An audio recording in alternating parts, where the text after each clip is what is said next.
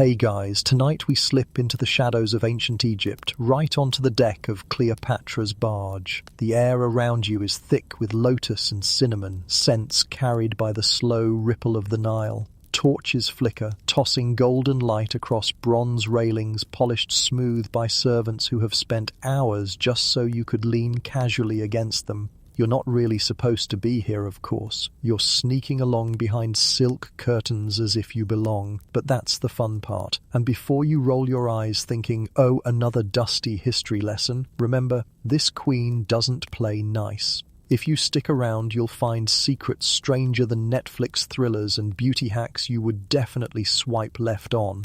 One of them might even involve crocodile poop, and you probably won't survive that. So, before you get comfortable, take a moment to like the video and subscribe, but only if you genuinely enjoy what I do here. And hey, drop a comment with your location and local time. I want to see where in the world you're drifting off from tonight. Now dim the lights, maybe turn on a fan for that soft background hum, and let's ease into tonight's journey together. The barge glides quietly. You hear the Nile's waters slap gently against the hull, almost like a lullaby, though it's punctuated by the faint metallic ring of oars being set down. Cleopatra reclines on cushions draped in purple dye, so rare that entire workshops of snails had to perish to make one robe. She's young, barely out of her teens, but already carries herself like a goddess rehearsing a role she's been assigned since birth. Behind her, slaves fan ostrich feathers to stir the heavy air. Their arms never stop, like windmills powered by duty. Fact check moment. Cleopatra wasn't Egyptian by blood. She came from the Macedonian Greek Ptolemaic dynasty, but unlike her ancestors, she leaned hard-eyed into Egyptian customs. You imagine her now, her voice sharp as she speaks in fluent Egyptian, because yes, she was the first in her royal line to actually bother learning it. Historians still argue whether she did it purely as political theatre or because she genuinely connected with her subjects. But either way, the effect was dazzling. To the fishermen and merchants who heard her speak, she wasn't some foreign overlord, she was one of them. The moon above casts long silver streaks across the water, and as you lean against the rail, you notice the smell of burning incense mixed with honey. Cleopatra wasn't just throwing a nighttime cruise, she was performing. Every ripple of silk, every glint of gold thread was theatre designed to capture attention. Picture it like a political Instagram feed, except instead of curated brunch photos, you've got full-on floating temples. One quirky tidbit you overhear whispers that Cleopatra's barge deck was sprinkled with rose petals thick enough that people waded ankle-deep in flowers. Imagine trying to vacuum that up later. Historians debate whether this was an exaggeration. After all, ancient chroniclers loved to paint her as excessive. Still, when you see baskets of blossoms being tossed across the floor tonight, you start to think the legend might not be far off. And then there's the soundscape. Musicians pluck lutes with strings that buzz like cicadas, drums thump gently, and flutes swirl high above the chatter. You find yourself swaying along, almost forgetting that this isn't a party. This is power in action.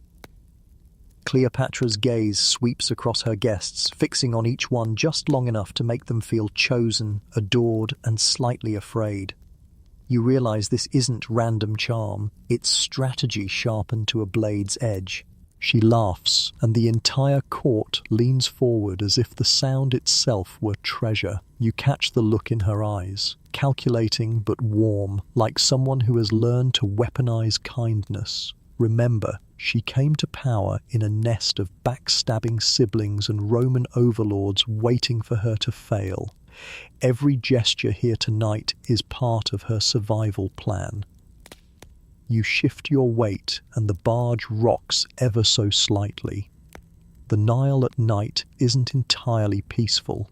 Somewhere in the distance, a crocodile slides into the water with a splash that makes you shiver. It's easy to forget, watching Cleopatra draped in jewels, that Egypt was as wild as it was civilized. You glance back at her, and she seems perfectly at home. as though the stars themselves have conspired to make her their chosen actress. The feast begins. Platters of figs, dates, and roasted fish carried in by servants moving like shadows. Cleopatra doesn't eat much. Instead, she watches, always watching. You realize she doesn't need to devour the food. She devours attention.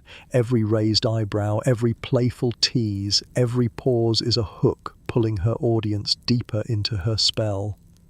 And just as you're lulled by the rhythm of the night, she lifts a goblet of wine, pausing long enough that silence settles over the barge. You half expect her to reveal some scandalous secret or perhaps burst into song.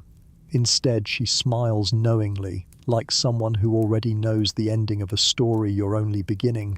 As the barge drifts farther down the Nile, you find yourself both enchanted and unsettled. Cleopatra isn't just entertaining her guests. She's entertaining you, whispering across centuries, daring you to lean closer. And so you do, because deep down, you want to know exactly how far this performance will go. The night folds deeper, and you slip from the barge into the hushed corridors of Cleopatra's palace. The marble floors beneath your sandals are so polished you almost expect to see your reflection shimmering back, ghost-like and pale under the torchlight. Every step echoes, a hollow tap that feels both daring and dangerous, as though the walls themselves are listening. And maybe they are. This palace has ears sharper than any spy because secrets cling to its mosaics like dust in the corners. The air is cooler inside, scented with cedar oil and faint traces of the perfumes carried in from the barge. A servant scurries past, eyes fixed on the ground, clutching a jug of wine so tightly his knuckles blanch. He knows what you're beginning to realize. Here, a misplaced glance or an overheard word can be the difference between a reward of gold or a trip to the dungeons. You wander into a hall where golden mosaics shimmer in the torchlight, scenes of gods battling monsters, queens bowing before deities, and Nile boats gliding endlessly across blue tiles. But if you look closely, you notice tiny details that don't belong, mosaics chipped away and relaid, political edits as ruthless as modern Photoshop, a sibling's face replaced, a rival erased, a history rewritten before your eyes. Historians still argue whether Cleopatra herself demanded such edits or whether her advisors took the initiative, but the effect is clear. Power here isn't just held, it's sculpted into stone. You lean closer to one wall, and suddenly a faint whisper drifts through a hidden crack. The palace has secret passageways, dozens of them carved to carry sound and footsteps unseen.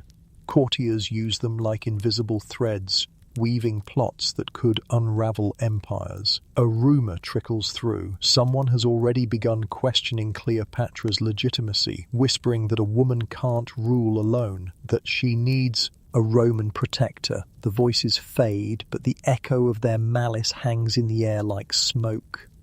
Now here's a quirky little tidbit you didn't expect. Ancient records mention that Cleopatra installed scented fountains in her palace, spurting rosewater into the air to impress guests. Imagine being a visiting diplomat trying to discuss grain taxes while you're being gently misted like a grocery store lettuce shelf. The line between luxury and absurdity is very thin, and Cleopatra danced on it with deliberate grace. Deeper in the hall, you stumble upon a chamber lined with scrolls. The walls smell faintly of papyrus and beeswax, the scent of knowledge trapped in layers of ink. Here, Cleopatra gathers intelligence as potent as any army. Fact-check time. She was famously educated, fluent in at least 7 languages, schooled in mathematics, philosophy, and medicine. Tonight, you picture her poring over these scrolls by lamplight, fingers smudged with ink, mind sharpening like a sword. And while poets sing of her beauty, you know her true weapon lies right here in words and numbers. You pause by a column and overhear 2 officials debating grain shipments. Their tones are hushed but heated, and you realize that Egypt's wealth doesn't only glitter in gold, it sways in wheat. Rome, hungry and sprawling, leans heavily on the fertile Nile. If Cleopatra controls the food supply, she controls Rome's belly. Historians still argue whether she wielded this leverage ruthlessly or with restraint, but either way, you can see why her palace corridors hum with both fear and admiration. As you creep farther, the palace begins to feel alive. Curtains billow as if sighing, shadows dart like conspirators, and even the statues of gods seem to frown knowingly. Somewhere in the distance, laughter bursts, sharp, brittle, and quickly smothered. You imagine courtiers drinking too much, boasting too freely, and then waking in the morning with terror gnawing their stomachs. Cleopatra doesn't need to swing swords herself. She lets paranoia do the slicing. And yet there's a tenderness tucked away. In one corner chamber, you notice a child's toy, a clay doll, its paint chipped but its smile stubborn. Cleopatra was once that child, raised in these same corridors, hearing the same whispers of betrayal. You wonder if she ever picked up this doll and thought, "Someday I'll silence them all." The palace, with all its golden mosaics and perfume fountains, still feels like a cage, but she has learned to make it her stage. A guard strides past, his armor gleaming. He doesn't see you, though you duck quickly behind a column just in case. His sandals clack against the stone, steady and ominous. You realize you've been holding your breath, the way one does sneaking into a kitchen at night, hoping not to wake anyone. Except here, the stakes aren't cookies, they're kingdoms. And as you slip deeper into the labyrinth of Cleopatra's palace, one thought begins to settle in. This queen isn't surviving her enemies by accident. She is choreographing every move, every whisper, every scented breeze, turning her palace into both fortress and theatre. You feel the pull of her performance, and though you know you're only a guest, you can't shake the suspicion that Cleopatra already knows you're here, watching, waiting, and listening exactly as she intended. You stop beneath a painted ceiling where falcons guard the sun, and the palace air seems to thin, as if memory itself has been burned like incense into the plaster. You follow that scent backward, and there she is. A smaller Cleopatra, not yet the woman who turns barges into theatres, but a quick-eyed girl slipping through the same corridors you just crept along. You watch her memorize the distance between pillars, the footfall of every guard, and the way the torchlight makes useful shadows. She is learning the palace like other children learn lullabies. You can't help smiling. This is the same kid who'll later make a Roman Senate squirm, and tonight she's practicing the first art a Ptolemy must master, survival with grace. If there were a LinkedIn for ancient royalty, her top endorsement would be not getting murdered by relatives. A nurse ushers her past mosaic floors that gleam like spilled starlight. On a shelf lies a clay doll with wooden arms, the kind you noticed earlier, paint-chipped, smile brave. The nurse murmurs old tales about Horus and Isis, stories sown with comfort and warning. Cleopatra listens, but she also counts columns, doors, exits, because stories soothe the heart while numbers save the neck. Mainstream fact to steady your footing. Cleopatra 7 comes from a line that routinely marries siblings to keep the throne pure. It's less romance and more real estate strategy, and it makes every family dinner a potential board meeting with knives. Historians still argue whether the Ptolemies believed this ritual tied them closer to the gods or simply tightened control over property, but either way, it leaves Cleopatra growing up in a household where kinship doubles as competition. You move alongside her as she studies. Tutors drill grammar and geometry, maps and medicine. She mouths vocabulary in Greek, then switches to Egyptian and later to other two, Ngues, practicing the quick glide from one language to the next. What you saw on the barge, the queen who speaks to fishermen in Egyptian and philosophers in Greek, begins right here. She learns to read papyrus prescriptions, honey for wounds, sticky but effective, resins for coughs, and a catalogue of kitchen shelf cures that would make a modern wellness influencer light up. Quirky tidbit. Court gossip claims the royal nursery stocked tiny amulets engraved with protective spells and even miniature scarab toys, half superstition, half baby rattle.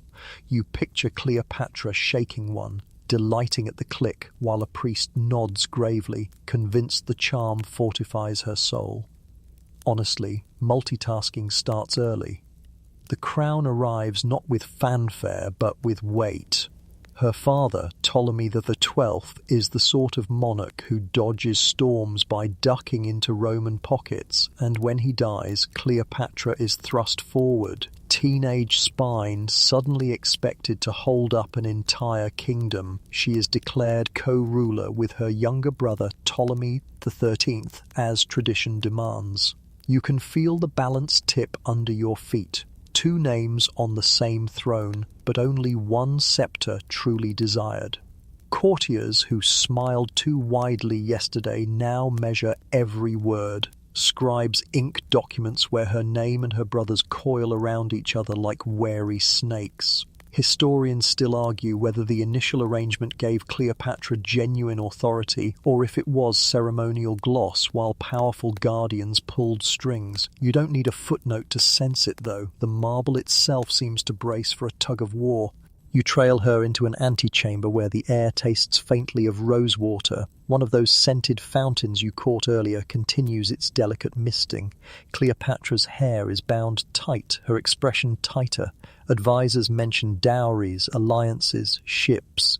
She listens, nods, then redirects the conversation to grain yields and tax ledgers. You see the confusion flicker in their eyes. They expected a girl with earrings, not a girl with spreadsheets. One man tries a patronizing joke, and Cleopatra's gaze flattens him so efficiently you almost applaud. Joke 1. Somewhere a court etiquette manual updates itself. Rule 37. Do not mansplain agriculture to the woman who owns the river. Night stretches and knives sharpen in whispers. Pamphlets, yes, even then, circulate in markets, hinting that Cleopatra is too assertive, too foreign, too something. You recognize the blueprint for smear campaigns you'll meet again when Rome starts flinging ink and shade with equal zeal. The Queen's response is quiet. She appears at temples, speaks to priests, listens to petitioners, lets the city see her face. Mainstream fact again. Alexandria, bustling and brilliant, is the jewel of the Mediterranean, with its lighthouse cutting a beam through mist and its libraries swelling with knowledge. Ruling it means learning to breathe in public. The city reads your exhale for policy. Meanwhile, palace factions cluster like schools of fish darting and turning, hoping to swim with the winning tide. Cleopatra chooses her allies carefully, scribes who bring unvarnished numbers, merchants who can steer grain, captains who will follow a teenage voice if it sounds like command. She starts appearing on coins too, a profile that grows more distinct with time. Historians still argue whether the prominent nose and firm chin on some coin portraits were realistic or a deliberate message of strength. You stand at a minter's bench as the new die strikes. Ring, ring. The Queen's face multiplying in silver, 1,000 tiny declarations that Alexandria belongs to her. Then the pendulum swings. One dawn, the corridors you've been pacing bloom with tension like bruises. Cleopatra's name is missing from decrees. Servants carry messages with eyes lowered. Her brother's guardians, ambitious men who prefer an easily steered boy, make their move. You follow the Queen as she slips through those secret passageways you noticed earlier. It's not a dramatic sprint. It's a calm, calculated retreat, like stepping back from a chessboard to see the whole game. She flees the palace, and then Alexandria itself, heading east towards Syria. Mainstream fact, she will raise forces there, proving that teen queen with an army is a sentence history actually permits. Joke 2. It's the original gap year, less backpacking, more war budgeting. On the caravan road, the air changes from sweet Nile damp to desert clarity. Sand whispers under sandals. Camels complain in vowel sounds. The sky is a grand, unblinking eye. You walk beside Cleopatra as she negotiates for mercenaries, promises payment from future victories, and draws maps in the dust with a reed. She is smaller than the image her enemies paint, but larger than her shadows. And you realize the crown doesn't sit on her head here. It grows under her feet with every deal struck. Historians still argue whether she always intended to return with foreign support or hoped for reconciliation first. What you witness is a woman collecting options like beads, stringing them into a necklace sturdy enough to haul a kingdom back into place. Quirky tidbit for the road: camp healers smear wounds with honey and grease wrapped in linen. Egyptian medicine considers honey a sacred antiseptic. Cleopatra watches, asks questions, and stores the answers. If you told her about modern lab coats, she'd likely ask for 3 and a small library. And because every long march needs humor, someone swears they saw a desert hare carry off a sandal. The camp laughs. The tension loosens. Joke 3. Desert hares, the original footwear influencers, hopping off in limited editions. Weeks later, rumors outrun you like swift birds. Back in Alexandria, factions clash, and the populace mutters about bread prices. Cleopatra receives a message under a lamp's thin halo. Ink swimming on papyrus, describing a famous Roman general arriving in the city to mediate. The name is a drumbeat you'll recognize in time, but for now it is only a shadow on the wall, a possibility. She folds the letter, fingers steady. The child queen who counted pillars now counts outcomes. She will return, not by bursting through the main gate with symbols, but by slipping into the story at the moment leverage and theatre can share the same stage. You glance back toward Alexandria, imagining the rosewater fountain still misting its soft breath as if the palace is trying to perfume a crisis. The corridors remember her footsteps. The mosaics are ready to be edited again. She has learned the price of the crown. You don't wear it, you carry it, and it pushes down on the bones until you decide to push back harder. Ahead, the road glows faint under the stars, and you keep walking beside her, because this story is not a rise or a fall, it is a tightening spiral, and you are standing in its wind. The desert road bends back toward the Nile, and the soft lap of water against reeds replaces the rasp of sand beneath your sandals. You follow Cleopatra as she slips quietly into a small estate outside Alexandria. Her exile ended not with trumpets, but with whispers. Tonight, though, the focus is less on politics and more on the strange rituals that kept her both radiant and, frankly, a little terrifying to her enemies. You realize the woman who can summon armies also summons jars of unearthly ointments, powders, and concoctions that make modern beauty routines look like a lazy splash of cold water.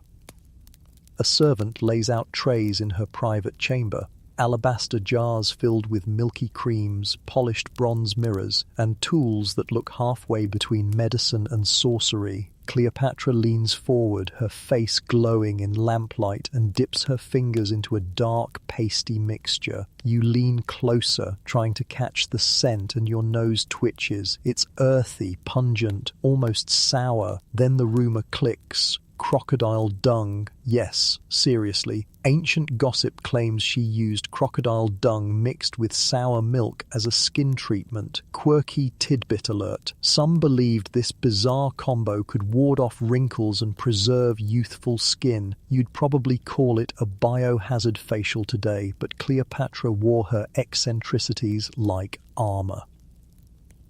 Mainstream historical fact: ancient Egyptians were pioneers in cosmetics. They used kohl for eyeliner, malachite for green shadows, and red ochre for lips and cheeks. Cleopatra mastered these traditions and pushed them further, blending science and spectacle. When she walked into a hall with eyes rimmed in kohl, she wasn't just making a fashion statement, she was invoking the protective power of Horus, the falcon god. Historians still argue whether she truly believed in the magical potency of these rituals or whether she leaned on their symbolism to awe her subjects. You watch her apply kohl with steady hands, and either way, the effect is hypnotic. Her gaze sharpens, turns predatory, as though each line drawn carves her closer to divinity.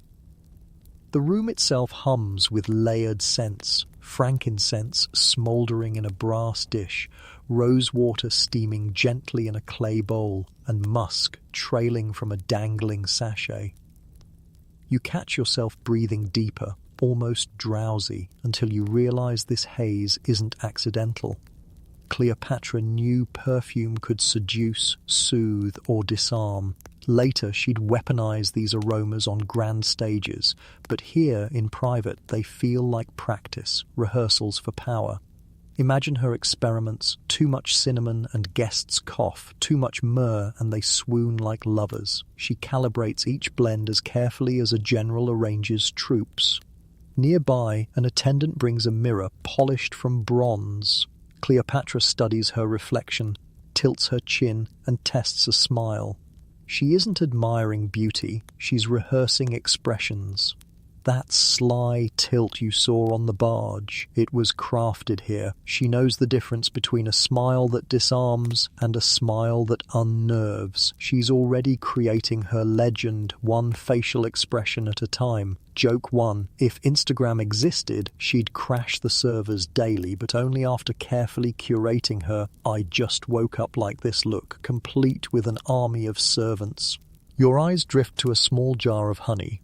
This isn't for snacking, it's for healing. Honey was the Egyptian answer to cuts and burns, its antiseptic power making it a go-to remedy. Cleopatra dips a fingertip into it, tracing a sticky line across a scratch on her arm. The scar will fade, but the memory lingers. She is flesh and bone beneath the crown, prone to scrapes just like any child. Watching her press honey to skin feels oddly intimate, as if you've caught her in a rare, unguarded moment. But the unguarded doesn't last. In walks a courtier, nervous, eyes darting. He bows low, announces that factions in the city grow restless. The Roman mediator has arrived, Caesar himself, and tomorrow Cleopatra must decide whether to approach him. You glance at her reflection again, and suddenly the kohl, the perfumes, the crocodile dung facials, they all click into place. This isn't vanity, it's armor. She intends to face the Roman general not as a refugee begging for help, but as a goddess stepping out of legend. Historians still argue whether Cleopatra's cosmetic regimens truly created awe, or whether the real awe came from her political wit. But as you watch her tonight, adjusting her hair so that it catches the lamplight like a halo, you realize the distinction doesn't matter. The ritual itself shapes her confidence, sharpening her presence until even silence bends toward her. Quirky aside, some Greek writers swore she bathed daily in donkey milk, requiring whole herds to follow her travels. Imagine pitching that to your logistics team. Yes, we'll need 70 donkeys, a steady supply chain, and please make sure none of them are late to bath time. Joke 2. At least oat milk lattes are easier to manage. The chamber grows warmer as braziers hiss, and outside the Nile's song drifts faintly through shutters. Cleopatra rises, robe whispering around her ankles, and stands poised, like a statue, animated by breath. She lifts her chin, eyes lined like a falcon's, lips stained with ochre, and you suddenly see it.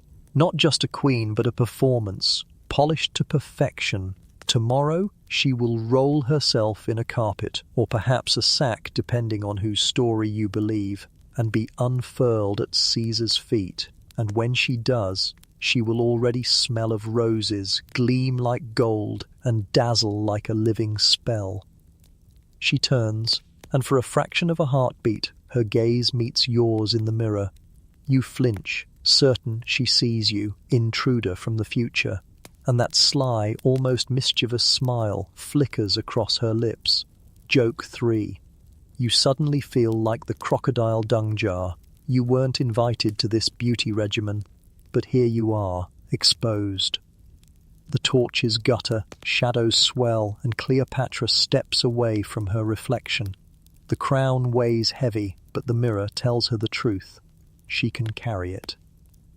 With a final breath of rose and musk, she signals the attendants to leave. The chamber darkens. Tomorrow, history will shift. Tonight she sharpens her legend with powders, perfumes, and secrets whispered only to the mirror. The palace shutters creak in the morning breeze, and you trail after Cleopatra as she moves with a rhythm so steady it almost disguises her nerves. She has something new to reveal now, not perfumes, not crocodile dung facials, but her voice. You realize as she walks that her truest arsenal isn't gold or even armies. It's the languages that pour from her lips like currents in the Nile. You hear her before you see her in the hall. She's already deep in conversation with a merchant, rattling off figures in fluent Egyptian. His face lights up. Most Ptolemies never bothered with the local tongue, preferring the comfort of Greek. Cleopatra leans in, her vowels sliding smooth, her consonants sharp as coins being counted. She talks about grain shipments, about prices and storage, and the merchant nods, feeling like he's speaking to a queen who actually listens. And she is. She is also rehearsing, making every syllable an invisible handshake with her people. Mainstream historical fact: Cleopatra was known to speak multiple languages, some sources claiming as many as 9. These likely included Egyptian, Greek, Hebrew, Latin, Aramaic, and even Ethiopian dialects. Historians still argue whether she truly commanded Latin. After all, why would she bother if she could use interpreters? But what no one disputes is that her linguistic skills gave her a magnetic edge in politics. You watch her switch now from Egyptian to Greek as easily as you'd switch radio stations, her voice shifting tone like silk, changing color in the light. The hall grows busier. An envoy from Nubia approaches, bowing stiffly. Cleopatra greets him in a tongue you don't recognize at first, clipped, rhythmic, musical. His eyes widen. Suddenly the envoy straightens, flattered, disarmed. She's not merely showing off, she's showing him respect, collapsing distance with a single word. Historians still argue whether Cleopatra learned these languages through rigorous tutoring or if she simply had a rare ear for accents and phrases. You lean against a marble column and think, maybe both. Quirky tidbit to drop into your pillow talk. Cleopatra supposedly delighted in disguising herself among commoners, listening in marketplaces while cloaked, joining their chatter. Imagine you're haggling over onions and suddenly realize the woman across from you is your queen, testing slang and idioms like a linguist doing fieldwork. That's the sort of skill that builds myths. Joke 1. You try that with your local mayor and you're more likely to end up on a suspicious activity Facebook group post than in history books. She doesn't just speak, she sings, not literally, though the flutes in the corner strike up a tune, but rhythm rolls through her sentences. When a Roman visitor enters, heavily armored, already sweating, Cleopatra turns her Greek into a stage. She uses pauses, inflections, and jokes sharp enough to draw laughter even across cultural lines. The Roman chuckles, uncertain whether to be charmed or alarmed. You notice how she leans her body slightly toward him, as if pulling him into a private circle, even while dozens watch. She glances over her shoulder, and for a heartbeat you catch her smile. It's not for him, it's for you, a wink across centuries. She seems to whisper, "See, this is how you make an empire. Lean closer." The power of languages doesn't end in halls. Later, as you follow her through Alexandria's library colonnades, you hear her debating with scholars. In Greek, she analyzes geometry with a philosopher. In Egyptian, she discusses omens with a priest. In Hebrew, she probes a visiting scribe about sacred texts. Each shift is seamless, a living code switch. The scholars scribble notes, dazzled not only by her intellect, but by her willingness to meet them in their own tongues. Mainstream fact: Cleopatra studied at Alexandria's famed library, or at least had direct access to its scholars. Her education wasn't ornamental, it was tactical. Quirky aside, some ancient accounts claimed Cleopatra experimented with animal speech. Seriously, writers joked she tried to imitate birds and perhaps even studied snake sounds. It's impossible to prove, but standing here hearing her mimic accents so effortlessly, you think, yeah, she probably did. Joke 2, she's basically the world's first voice actor, only with higher stakes than Saturday morning cartoons. The hall quiets as a Roman messenger bows low and delivers news. Julius Caesar is waiting, curious to meet her. Cleopatra dismisses the others with a nod, then turns back to the merchant who had first spoken Egyptian to her. She leans close, says something so soft you barely catch it. A blessing, a joke, maybe both, and his face glows. It's not just language, it's intimacy disguised as politics. Historians still argue whether her polyglot skills directly influenced her alliances or if they were more symbolic, a display of intelligence rather than a functional tool. But as you stand in that hall hearing her voice echo in 3 tongues within 10 minutes, you realize the argument misses the point. The performance itself is power. Cleopatra makes people feel chosen. She makes you feel chosen even though you're just a shadow in her palace. By evening, she reclines in her private chamber, attendants brushing her hair. She murmurs softly, practicing a phrase in Latin. It sounds awkward, stiff, but she repeats it until it softens. She knows tomorrow her words will matter more than jewels, more than soldiers. And as you drift off with her voice threading through the air, you understand. This queen doesn't conquer with swords first. She conquers with syllables. Joke 3. You think of all those language learning apps promising fluency in 3 months. Cleopatra would have finished the course in 3 weeks, then redesigned the app to charge Rome for premium access. The torches gutter. You close your eyes. Her voice lingers, a lullaby braided with steel. You feel the city hold its breath as a new gravity enters the room.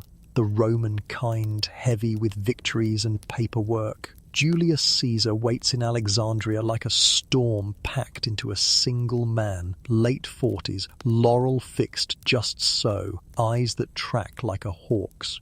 You notice the wreath first. It isn't only triumph, it's clever camouflage for a receding hairline. Quirky tidbit to pocket. Romans joked quietly that Caesar loved his laurel because it covered the bald spot. Tonight the leaves gleam in lamplight while he pretends not to be vain and everyone pretends not to notice. You've trailed Cleopatra this far, through rosewater mist, cold dark gazes and crocodile dung experiments, and now you watch her wheel the biggest prop of her life into place. Entry. She won't knock like a petitioner. She will arrive like a secret.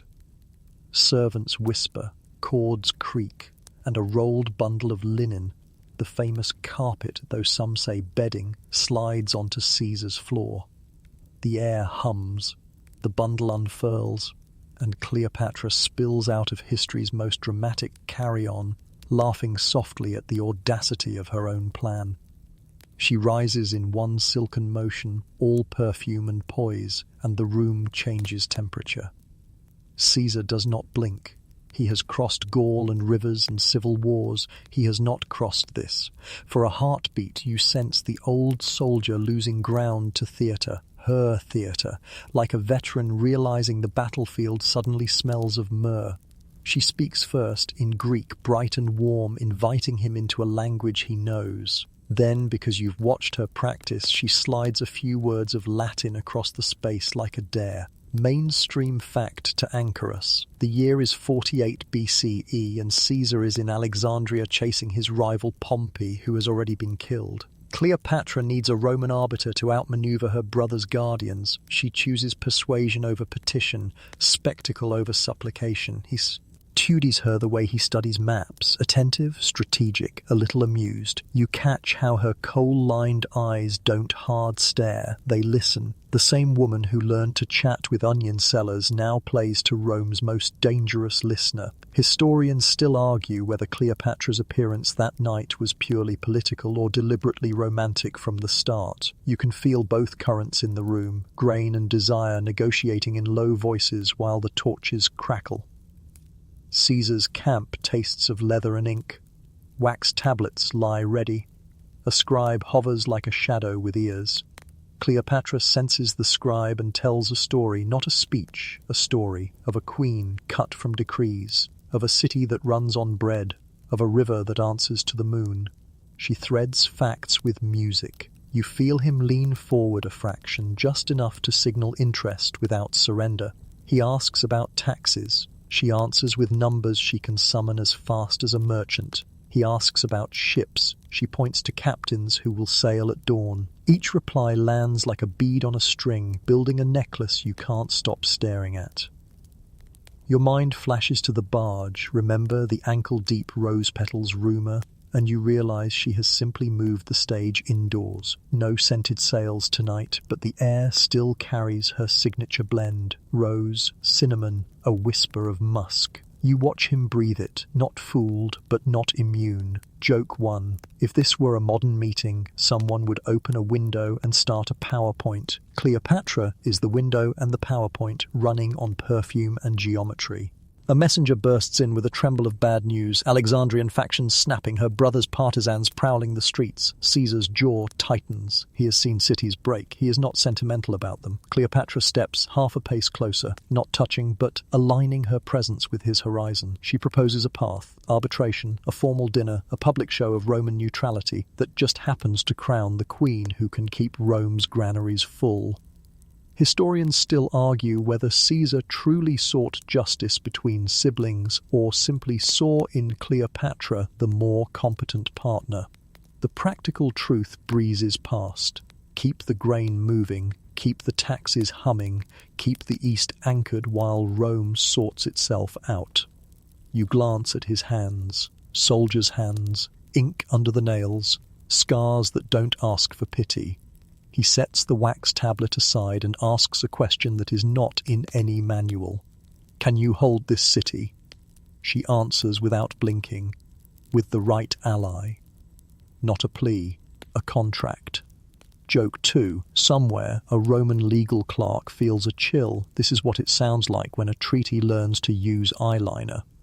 Here's your quirky fringe whisper. Some later tellings claim Cleopatra perfumed the very sails of her barge so intensely that you could smell her before you saw her. Others insist she engineered hidden vents in rooms to pipe in aromas at dramatic moments. You don't see vents here, but the timing is suspicious. Every time her voice warms, the incense flares as if the room itself agrees. Historians still argue whether these stories are propaganda or prototype stagecraft. Either way, you're half convinced she could make a curtain blush on command. The conversation swerves to symbols. Caesar names conditions, back pay for his soldiers, a calm city, and respect for Rome's dignity, which is like asking the sea to respect the shore. Cleopatra offers pageantry, public appearance. As with Roman officers, coinage that pairs her authority with stability, a coronation that flatters the eagle while feeding the falcon. Mainstream fact, within months she will be restored as co-ruler, this time with a younger brother, Ptolemy XIV, under Caesar's watch, and soon the city will endure the brutal siege of Alexandria, where libraries smoulder and ships burn. The future stands in the doorway, clearing its throat. Caesar rises. He paces with a soldier's economy, measuring risk against reward, then returns to the gravity in front of him. You see him calculate not only Egypt's grain, but Cleopatra herself as an algebra of charisma plus competence. He nods once, small, imperial, decisive. You feel the yes ripple through the air like a fan opening. She inclines her head, queen acknowledging general, general acknowledging queen. Two apex predators agree to hunt together, at least until the next season. Outside, the lighthouse throws its revolving fire into night, guiding ships that carry wheat, wine, and news. You can almost hear the city's pulse speed up, scribes sprinting to draft decrees, guards shifting routes, cooks testing recipes for a diplomatic dinner that must taste like détente. Joke 3. The menu will promise simple rustic fare, which in royal vocabulary means gold plates and a bill that could fund a small navy.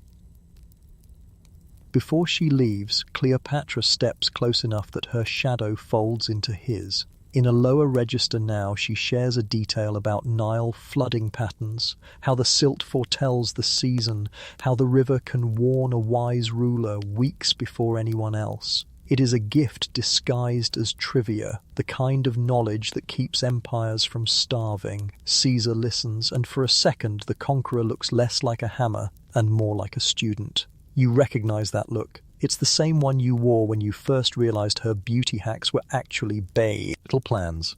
She withdraws, gives him back the room, and glides toward the door with the same choreography that once rolled her out of linen. His gaze follows, not helplessly, not hungrily, but with the recognition predators share when they see another creature that has learned to bend a world.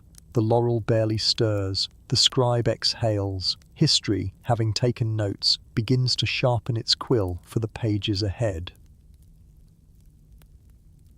By the time you step into the corridor, the palace has changed its tune. The rosewater fountains you noticed earlier hiss with fresher zest. The guards hold spears at a slightly prouder angle. Somewhere, a seamstress works by lamplight on robes that will look good next to Roman armor. You think of the honey on Cleopatra's skin, the coal like falcon wings, the voices she keeps in her pocket, and you understand the secret you were promised. The world doesn't pivot on armies alone. Sometimes it pivots on an entrance, a sentence, and the way two people agree to pretend they were inevitable. Morning creeps into Alexandria with a pale wash of light, and you wake to the scent of something richer than bread or figs, its perfume, thick as a promise, seeping from every corridor. Cleopatra is already awake, of course. She doesn't stumble into daylight the way you do. She arrives in it. Today, you realize, is about perfume as much as politics. You trail her to a courtyard where amphorae, great clay jars, line the walls, each stoppered with wax. Servants chip seals, and the air erupts with scents: frankincense, cinnamon, cardamom, honey. You're nearly dizzy as the fragrances collide. Cleopatra dips her fingers into one jar, smearing resin that gleams like amber against her wrist. She tests another, tilts her head, inhales, frowns, then adds a splash of something sharper. Watching her is like watching a chemist or a DJ mixing beats into something unforgettable. Mainstream historical fact: Egypt was famous for perfumery, particularly a blend called kaifi, made of more than a dozen ingredients: resins, wine, honey, myrrh, and even raisins. Cleopatra supposedly took this tradition to wild heights. Historians still argue whether she personally tinkered with recipes or whether scribes exaggerated her involvement. But standing here watching her swirl resin with wine, you'd swear she knows each scent like a note in a melody. A quirky tidbit drifts from a nearby servant's gossip. Cleopatra once soaked the sails of her barge in perfume so powerful that entire cities smelled her arrival before they saw her. Imagine standing on the docks, sniffing roses and cinnamon long before the mast crests the horizon. It's equal parts magic and marketing. Joke 1, basically the ancient version of blasting your Spotify playlist before you enter a party. Hi, I'm here, and yes, you can smell me from 3 blocks away. She lifts a vial now, its glass catching the sun. The blend inside glows golden. She dabs it at her temples, her wrists, the hollow of her throat. You can almost feel the room tilt. Anyone standing close will be pulled into her orbit, whether they intend to or not. But this isn't simply self-indulgence. She's thinking ahead, to meetings with Caesar, to dinners where Romans test her charm. Perfume becomes a silent weapon. You can't debate logic when your senses are busy drowning in sweetness. Historians still argue whether Cleopatra's famed fragrances were more myth than reality. Roman propaganda loved to cast her as a sorceress who bewitched men with smells. But here, watching her stir oils with such care, you suspect truth is tangled in myth. Even if the stories exaggerate, they spring from seeds she planted herself. She doesn't stop with skin. Cleopatra signals, and attendants sprinkle petals, rose, jasmine, lotus, across the marble floors until it looks like the gods themselves decided to redecorate. Another servant shakes powdered incense into the braziers. Smoke curls upward, sweet and heady. You cough once, quietly, earning a sharp glance that feels like a reminder. Don't forget, you're in her temple now. Joke 2. She could weaponize this as a crowd control tactic. Too many complaints about taxes. Release the jasmine cannons. Later, you drift with her into the audience hall. Caesar is there again, and this time, even before she speaks, you notice him inhale. He doesn't mean to, it's instinct, but the faintest smile tugs at his mouth. Cleopatra sits on her throne, the air around her humming with scent, and when she speaks in Greek, her words seem carried on waves of myrrh. The generals in the corner frown, shifting uncomfortably because they can't quite explain why their shoulders have relaxed. And then comes the banquet. Platters gleam, musicians pluck strings, torches paint the walls in liquid fire. Cleopatra reclines on a couch draped in purple, while the fragrance of Chi-Fi hovers like a silent guest. She raises her cup, sips, then leans towards Caesar, her voice smooth, her perfume thick. You realize in that moment, politics isn't only debated in decrees, it's inhaled in gulps of wine perfumed with rose. Quirky aside, later Roman writers, always suspicious, accused her of perfuming even her floors so heavily that guests slipped as they entered. You glance down at the mosaic beneath you and imagine yourself sliding ungracefully toward the Queen's couch. Joke 3. Ancient OSHA inspectors would have had a field day.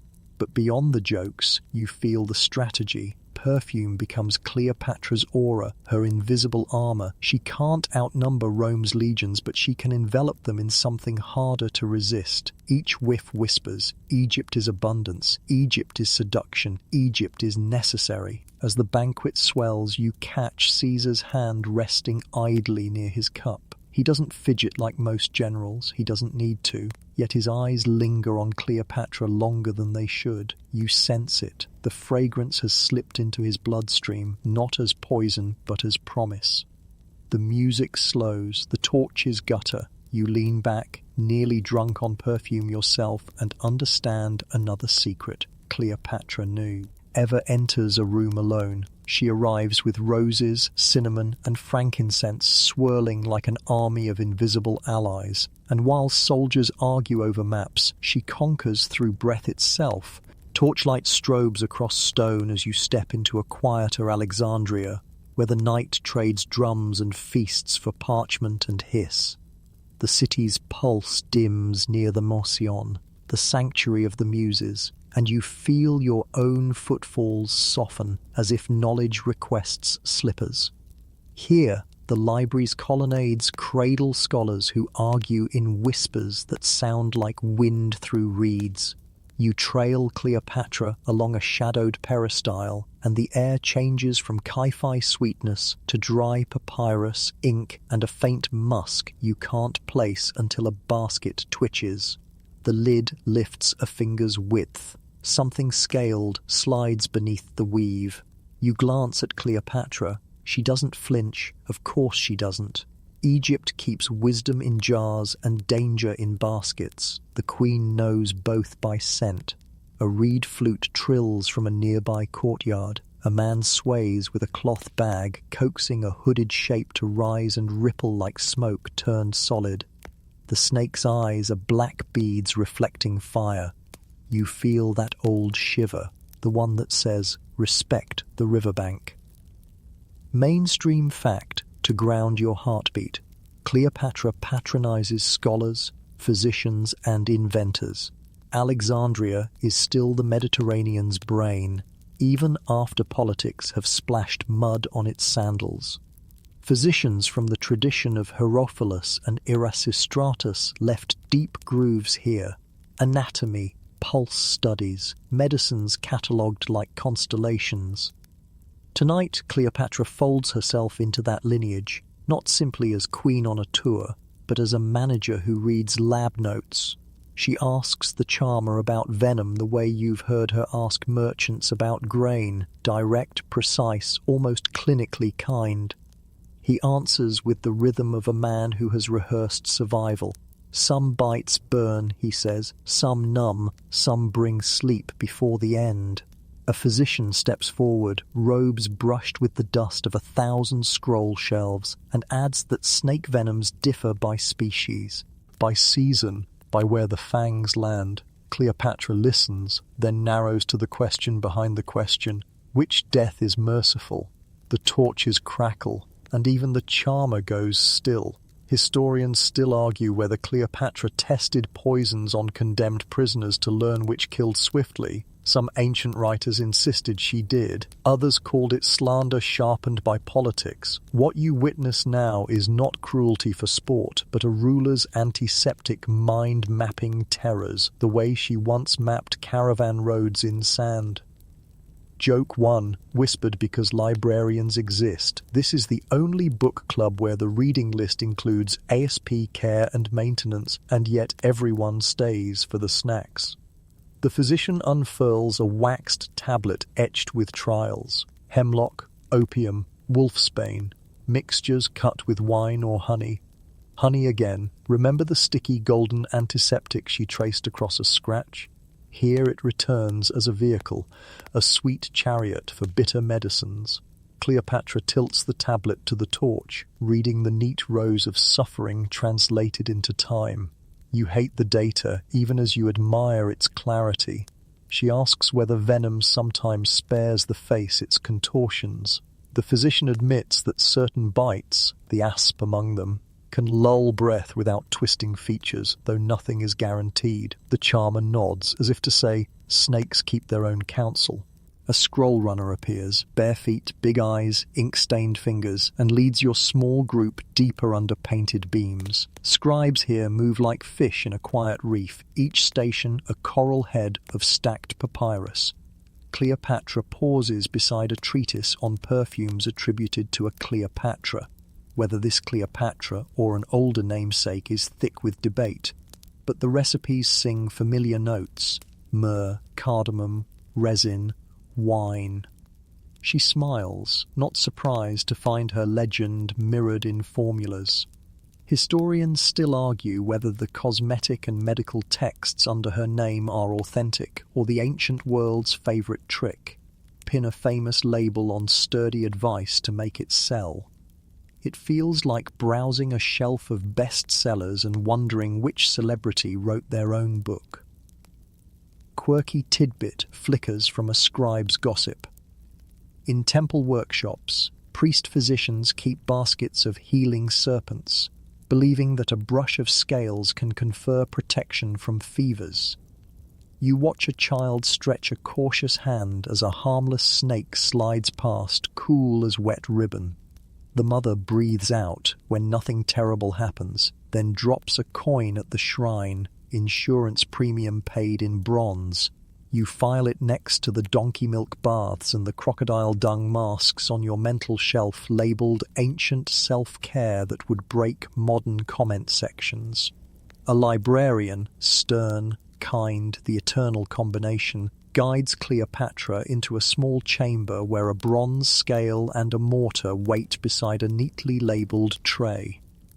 Everything here is measured: rosemary's sharp whisper, fennel's breath, crushed poppy like dusk in powder.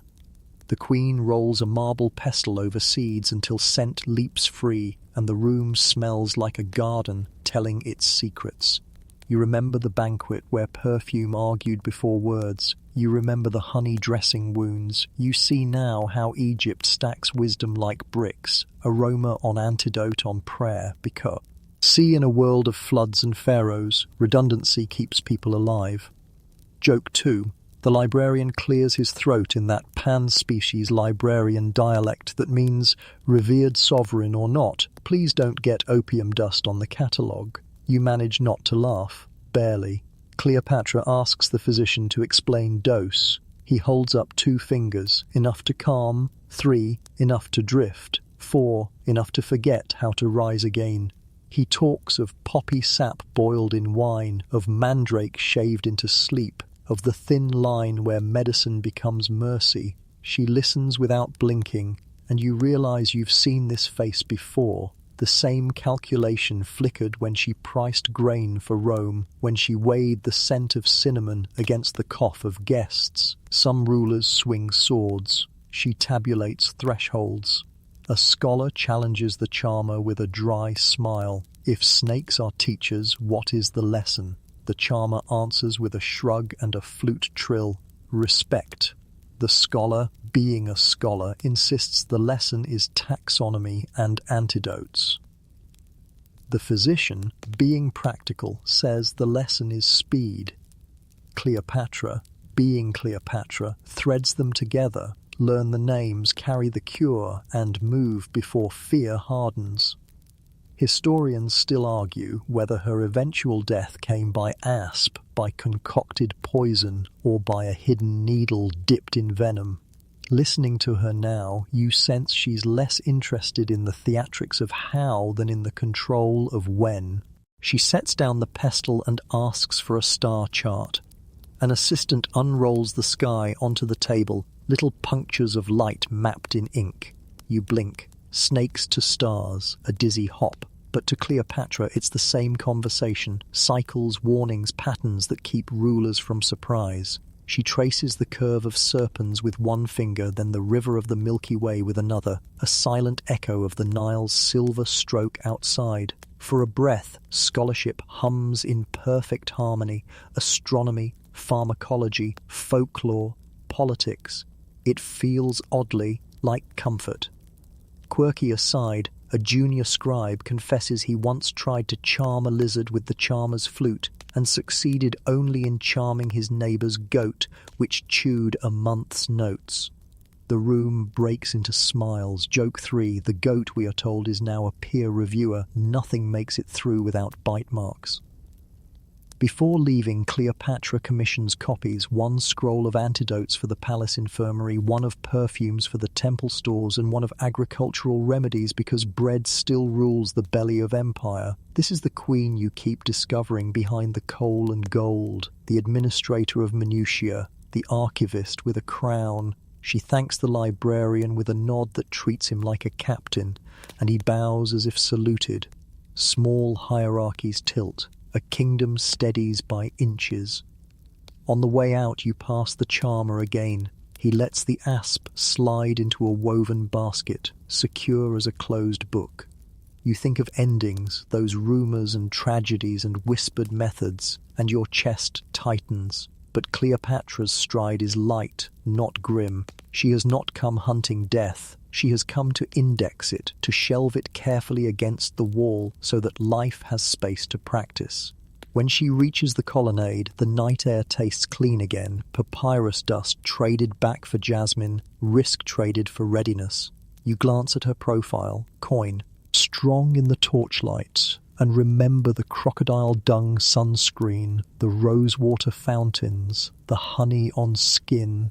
Absurdity and genius keep tumbling together around her like dice that always land in patterns. If the library is a brain, Cleopatra is the pulse that brings blood to every shelf, asking each discipline for what it owes her people. Venom buys caution, philosophy buys language for fear. Both buy time. And time, tonight, feels like a friend you can walk home with, quiet, unbitten, with the river whispering that tomorrow still belongs to those who study it. The lamps in Alexandria's palace flare to life again, but this time they burn brighter, louder almost, as if the flames themselves expect spectacle.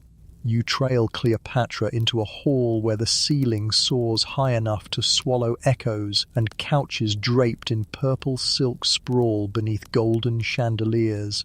The air is thick, not with incense or politics this time, but with food, mountains of it, glittering under firelight.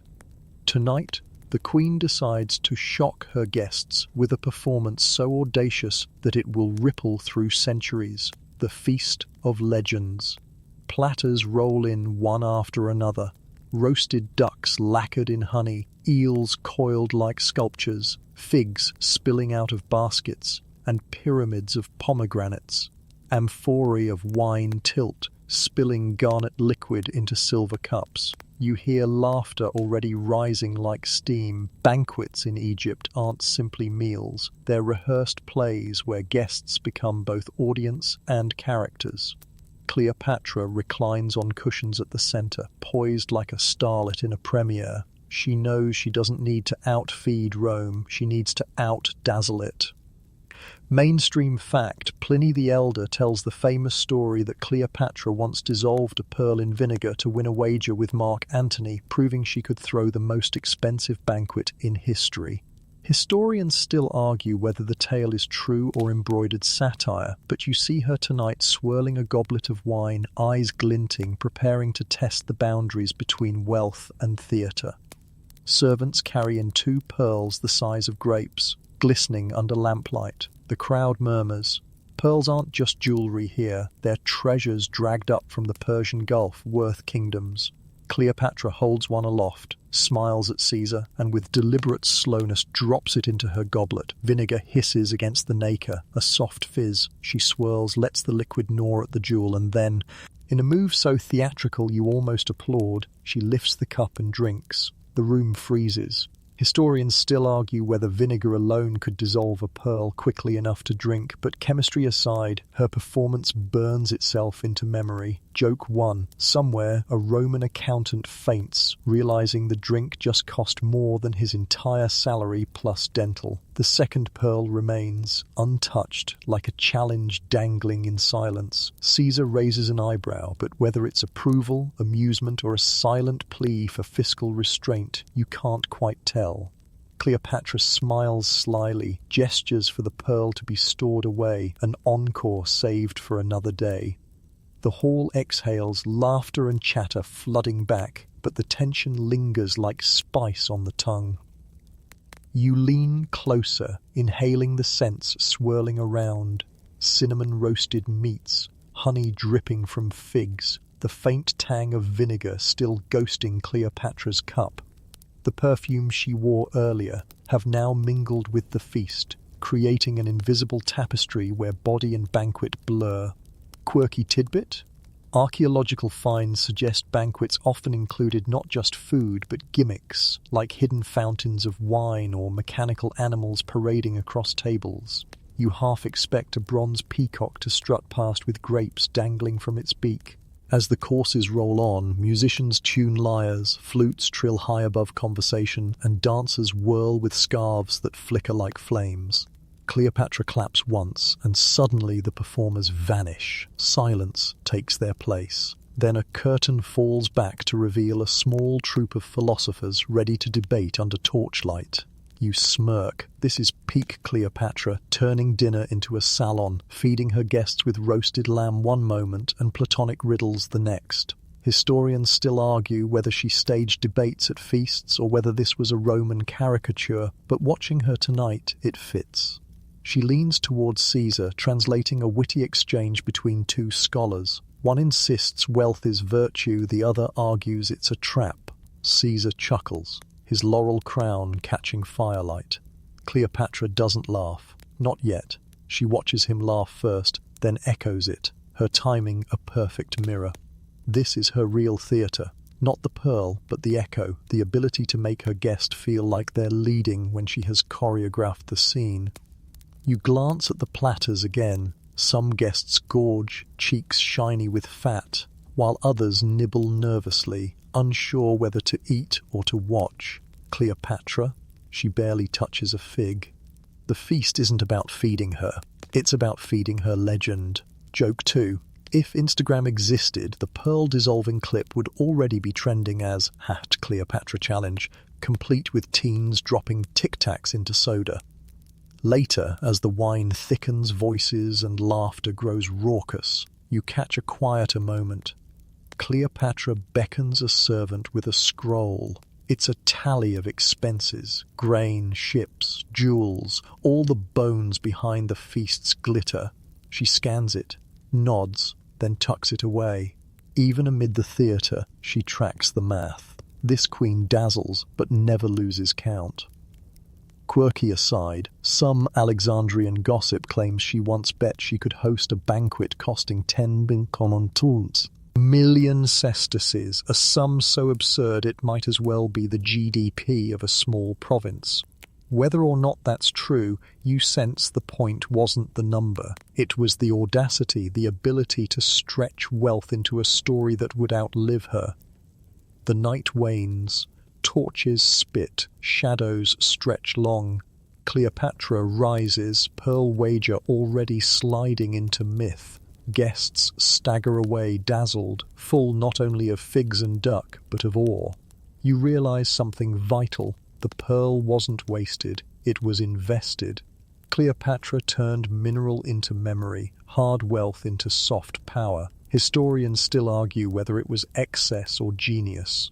Watching her glide away, silk brushing marble, you know it was both. Joke 3. You pat your pockets, half expecting her to bill you for attending. After all, nothing in Cleopatra's world is free. Not figs, not fragrance, not the privilege of watching her outwit Rome with vinegar and pearls.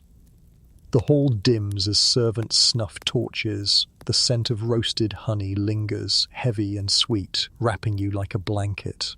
You close your eyes, lulled by the fading hum of a feast that was never just about food. It was about empire, inhaled in a single sip.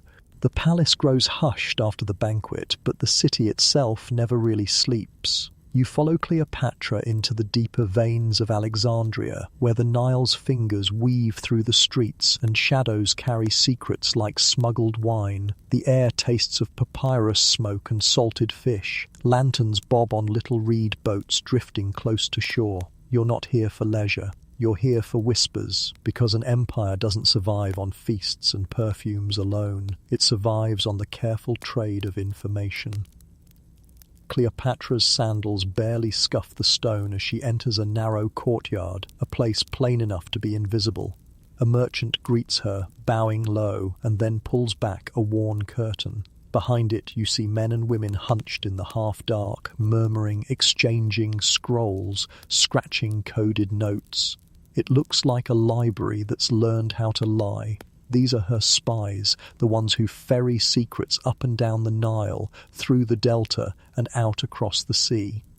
You recognize their uniforms not by fabric, but by absence. They dress like everyone else, fishermen, priests, midwives, traders. Their disguise is ordinariness. Mainstream historical fact, espionage was a quiet backbone of ancient states, and Cleopatra had to rely heavily on networks of informants, especially while balancing Roman intervention. Egypt's wealth in grain and gold made it both a prize and a target. Historians still argue how extensive her spy system really was, but given the sheer number of plots against her, she couldn't have lasted without invisible ears in every corner. Quirky tidbit slides across the room. One spy mentions sending messages hidden in hollow papyrus reeds floated down the river, disguised as ordinary driftwood. Pick up the right stick, and suddenly you're holding a treaty instead of tinder. You imagine Caesar's men scratching their heads, wondering why every child along the N. Eel is suddenly obsessed with collecting sticks. Joke 1. It's basically the ancient version of a USB drive, only waterproof and occasionally chewed by crocodiles. Cleopatra leans forward to listen. Reports spill out. Her brother's allies trying to smuggle weapons. Roman officers whispering about their loyalties, merchants hoarding grain to inflate prices. She doesn't interrupt, just tilts her head, weighing each scrap of intel like pearls in a balance. You notice how her eyes sharpen when someone mentions grain. Bread is power, and she treats it more seriously than any jewel. She thanks them in Egyptian, then in Greek, slipping between tongues like she's touching shoulders in a crowd. Each agent straightens under her voice. She knows that spies don't just need coin, they need to feel seen. It's risky, letting them close enough to meet her gaze, but that's her trick. Proximity that inspires loyalty stronger than fear. Historians still argue whether Cleopatra's charm alone kept such networks loyal, or whether heavy payment did most of the work. The truth, you suspect, is both. A sudden rustle cuts through the room. A runner bursts in, breathless, clutching a scroll tied with blue ribbon. He kneels, extends it. Cleopatra breaks the seal and her lips twitch as she reads. You glimpse the words upside down, Roman senators already plotting pamphlets, painting her as a sorceress who bewitched Caesar with sex and perfume.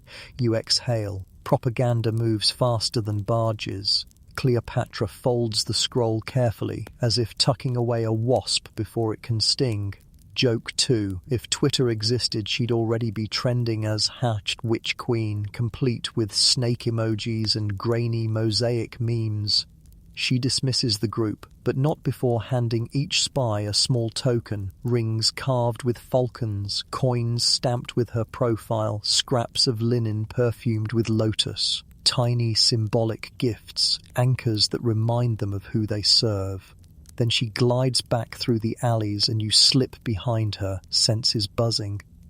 The night deepens along the waterfront. Boats creak against moorings, sails furled like folded wings. Here agents murmur in the dark, blending with fishermen hauling in nets. One whispers of Roman supply ships, another of priests stirring rebellion in a temple courtyard. Cleopatra pauses, listening, her face unreadable. She doesn't scold, doesn't praise, just absorbs. You realize she is a collector, gathering secrets the way others gather grain. Quirky aside, some chroniclers claimed Egyptian spies carried coded messages tattooed on their scalps, then shaved their heads so the ink remained hidden until the hair grew back. To deliver, they'd simply shave again. You imagine a courier sheepishly apologizing. Sorry, your message is delayed. Bad hair month. Historians still argue whether this practice was truly used in Egypt, or if Greek historians borrowed the anecdote from tales about Persia. Still, as you watch Cleopatra's agents slip into the river mist, you don't dismiss the possibility.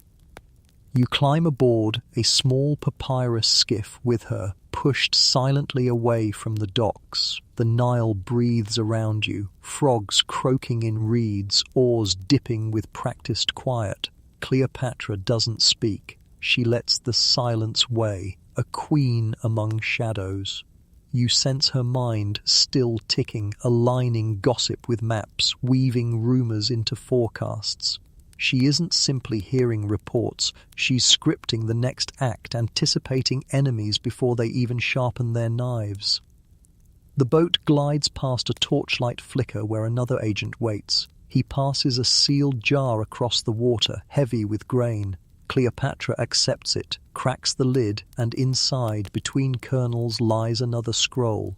Hidden in plain sight, she smiles faintly, almost amused. Joke 3. Who needs carrier pigeons when you've got secret cereal delivery? Back at the palace, the scented fountains hiss again, washing the air of smoke and sweat. Cleopatra carries the scrolls herself, not trusting even attendants. She lays them out on a bronze table, arranging intelligence like puzzle pieces. Grain routes, Roman mutterings, temple unrest. It all links. You realize her spy network doesn't just protect her throne, it defines her strategy. Without these invisible voices, Cleopatra would be blind in a world where one shadow can topple a crown. She leans back finally, the scrolls rustling like reeds in the wind. Outside, the Nile whispers, carrying secrets downstream, maybe toward you. You feel your pulse slow. In this world, information is water, flowing, necessary, dangerous, and Cleopatra has learned to dam it, drink it, and drown her enemies in it.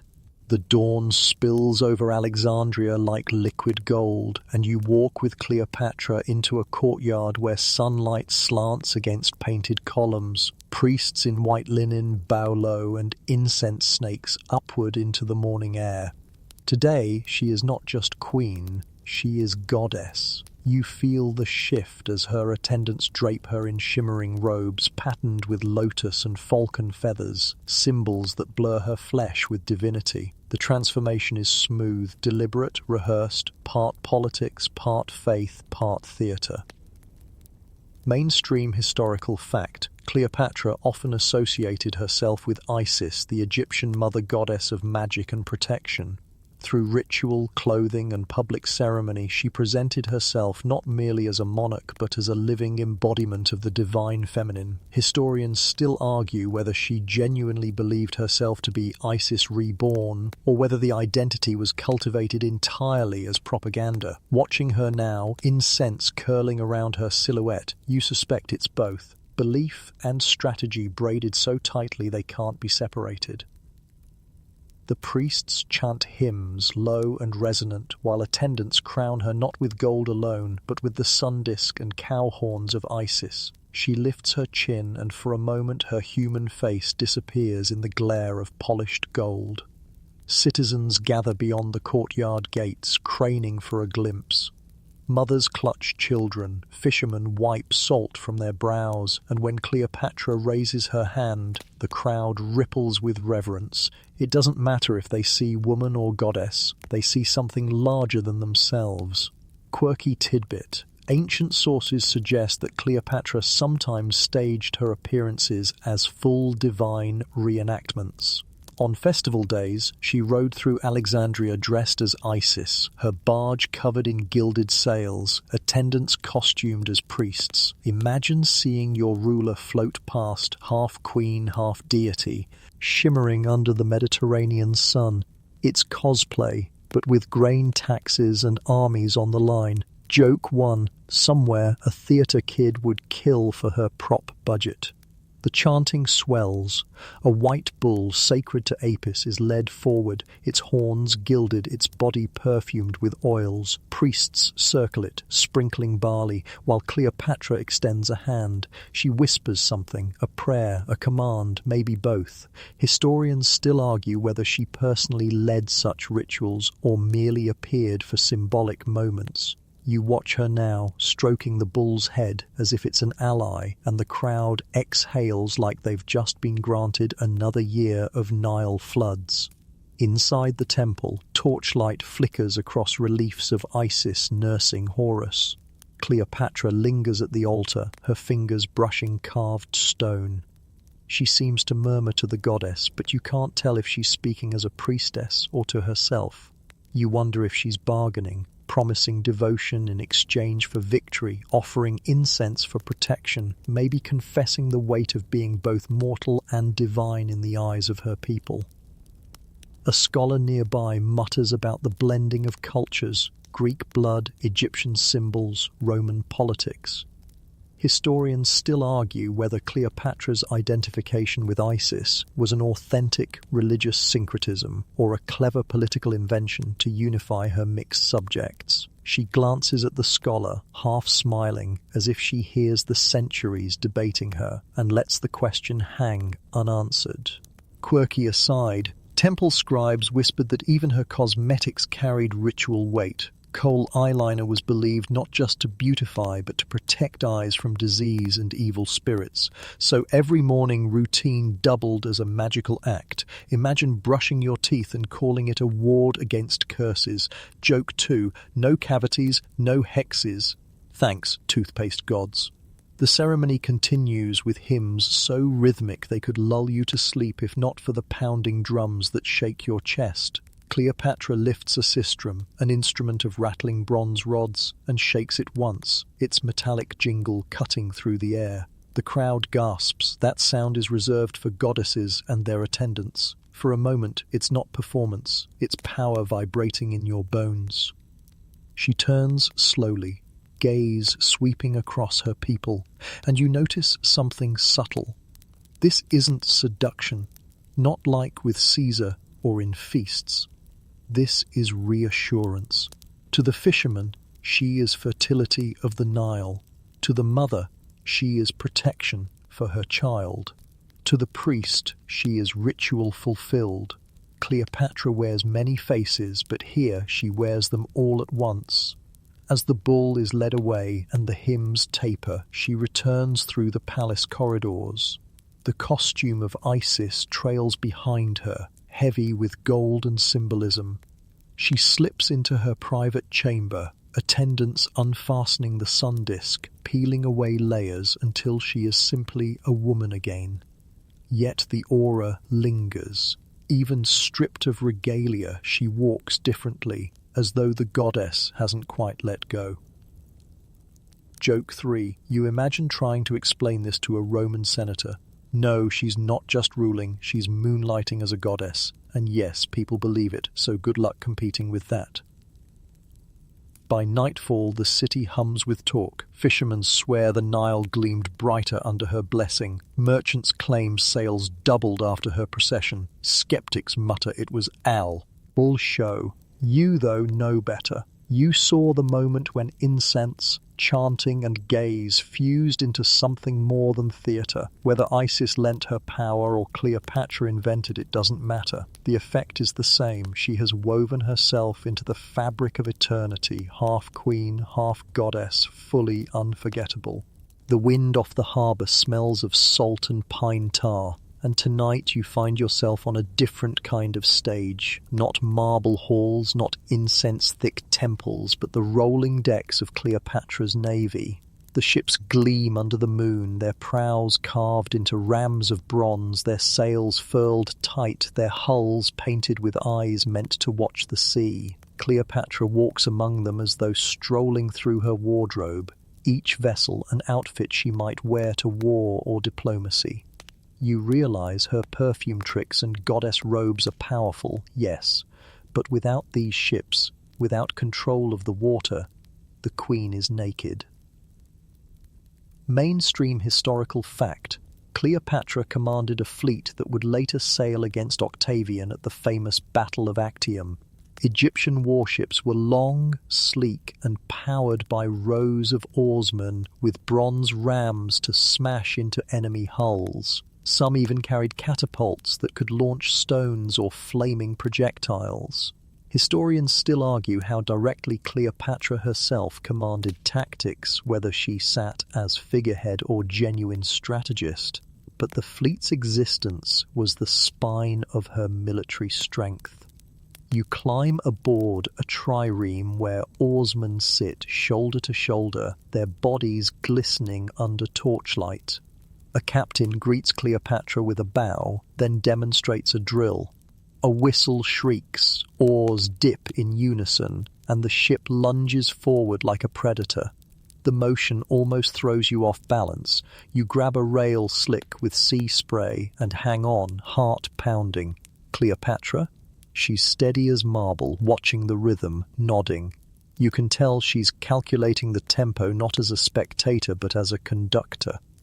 Quirky tidbit: some records suggest Cleopatra's fleet used fire pots, ceramic jars filled with pitch and oil, lit and hurled at enemy ships to spread chaos. You spot jars lined neatly by the mast, their rims blackened with soot. A sailor jokes that they smell, or worse than crocodile dung masks when lit. Joke 1, congratulations, you found the world's first Molotov cocktails, though instead of rebels with bottles, it's sailors with clay jars praying the winds in their favour.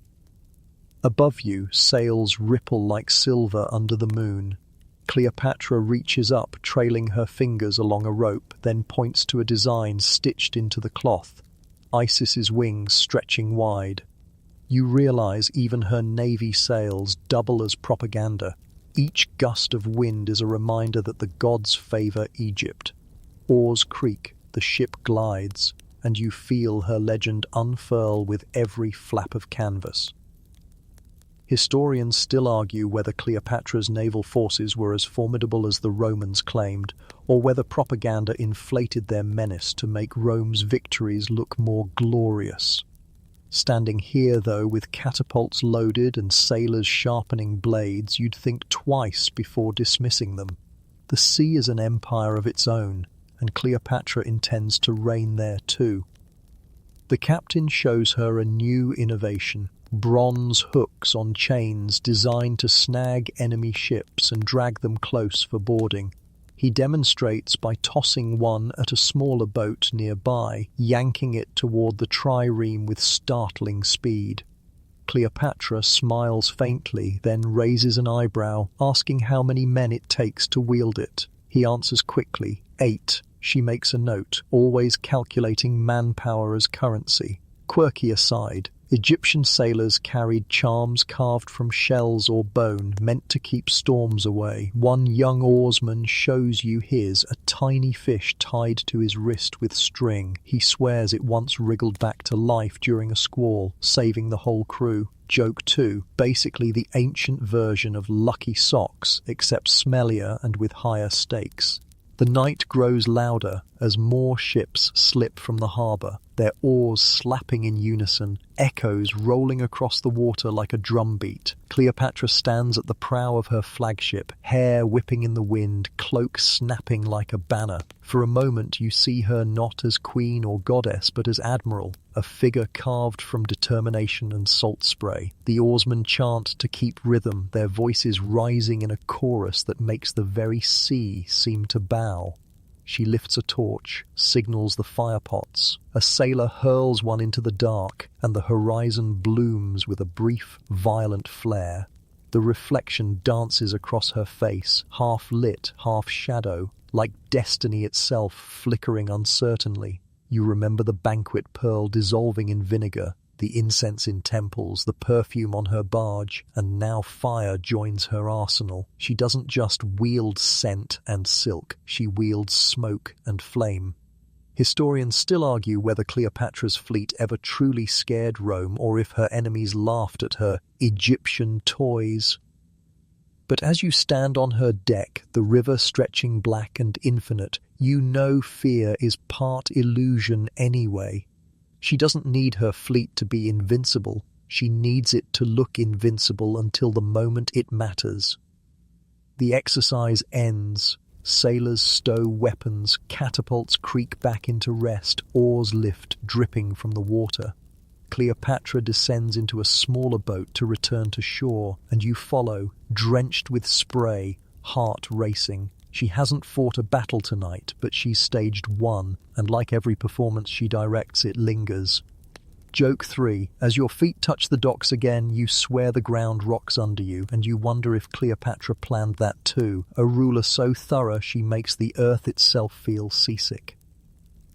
Back in the palace, lamps are snuffed, scrolls stored, perfumes capped, but you still hear the chant of oars in your ears, still smell the tang of pitch in the air. Cleopatra has reminded you that the Nile carries more than barges of roses or papyrus boats of spies. It also carries war, and tonight, war has a queen. The Nile glitters with torchlight as evening folds back over Alexandria, and you sense another kind of storm drifting closer. Not wind, not fire, but a man. Mark Antony strides into Cleopatra's orbit, all swagger and shadow, his armor clinking like applause he doesn't need. You've seen Caesar's sharp calculation, his silence stretched into power. Antony is different. He is loud, he is laughter, he is wine spilled before the feast even starts.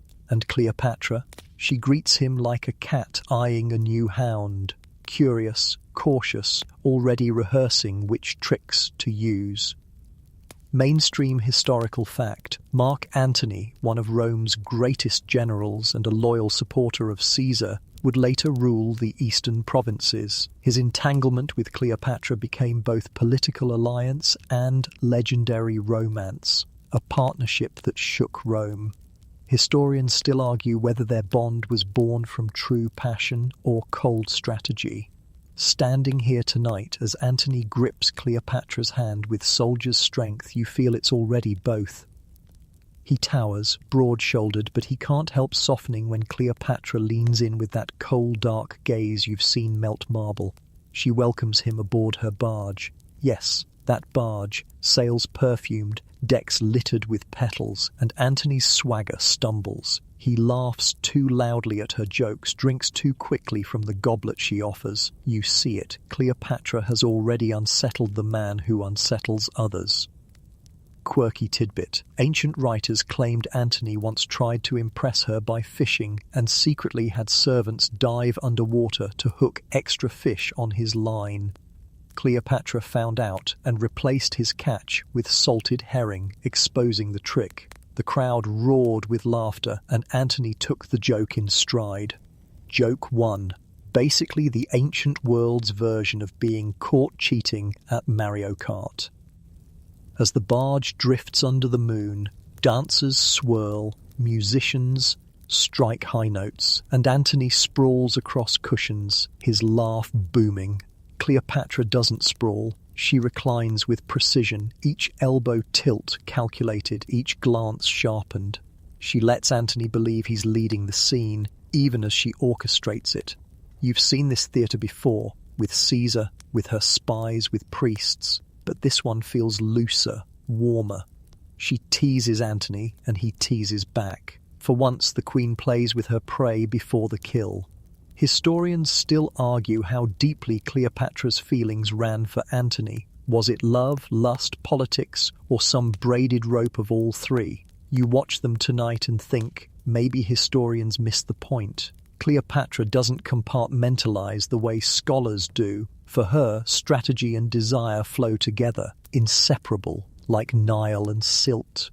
The feast grows rowdy. Servants refill goblets, torches hiss, grapes tumble from plates. Antony raises his glass, toasts to Egypt, to Cleopatra, to fortune itself. His words slur just slightly, but his gaze is sharp when it lands on her. She answers not with words, but with a sly smile, the kind that once made Caesar lean forward. Antony doesn't lean. He lunges. He proposes banquets of excess, wagers of wealth, games of chance. Cleopatra humours him, but beneath the mirth her eyes never stop measuring.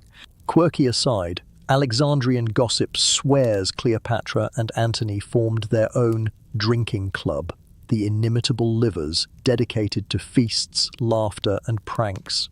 They roamed the city in disguise, mingling with commoners, knocking on doors, raising chaos. Imagine waking up to find your queen and Rome's general playing dice in your kitchen. Joke 2, the Yelp reviews would have been confusing. Service terrible, entertainment phenomenal.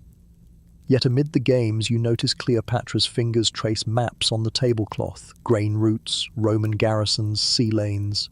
Antony laughs, but he nods too. He gets it. The wine masks politics, but politics swims beneath every toast. He offers ships, she offers grain. He offers soldiers, she offers loyalty. Between their laughter, an empire reshapes itself. As night wanes, Antony leans closer, his bravado softening. Cleopatra studies him, not as goddess now, not as perfumer, but as strategist. She sees a man hungry for glory, aching to step out from Caesar's shadow. She sees leverage, opportunity, perhaps companionship. You feel the weight of the moment, the birth of a partnership that will one day make Rome shudder. Historians still argue whether Antony was ensnared by Cleopatra's charms or whether he used her wealth to fund his ambitions. Watching them now, you realize it doesn't matter who ensnared whom. They are weaving a net together, willingly stepping into it, laughing as they tighten the knots. Joke 3. You lean back, watching them sip wine and whisper and think, Rome may rule the world, but it clearly forgot to ban charisma as a weapon. When the barge finally docks, the city sleeps, but the air is thick with new gravity. Cleopatra and Antony step off together, their shadows merging in torchlight. You follow, knowing that history has just shifted again. Not with swords, not with laws, but with laughter and wine on a drifting barge.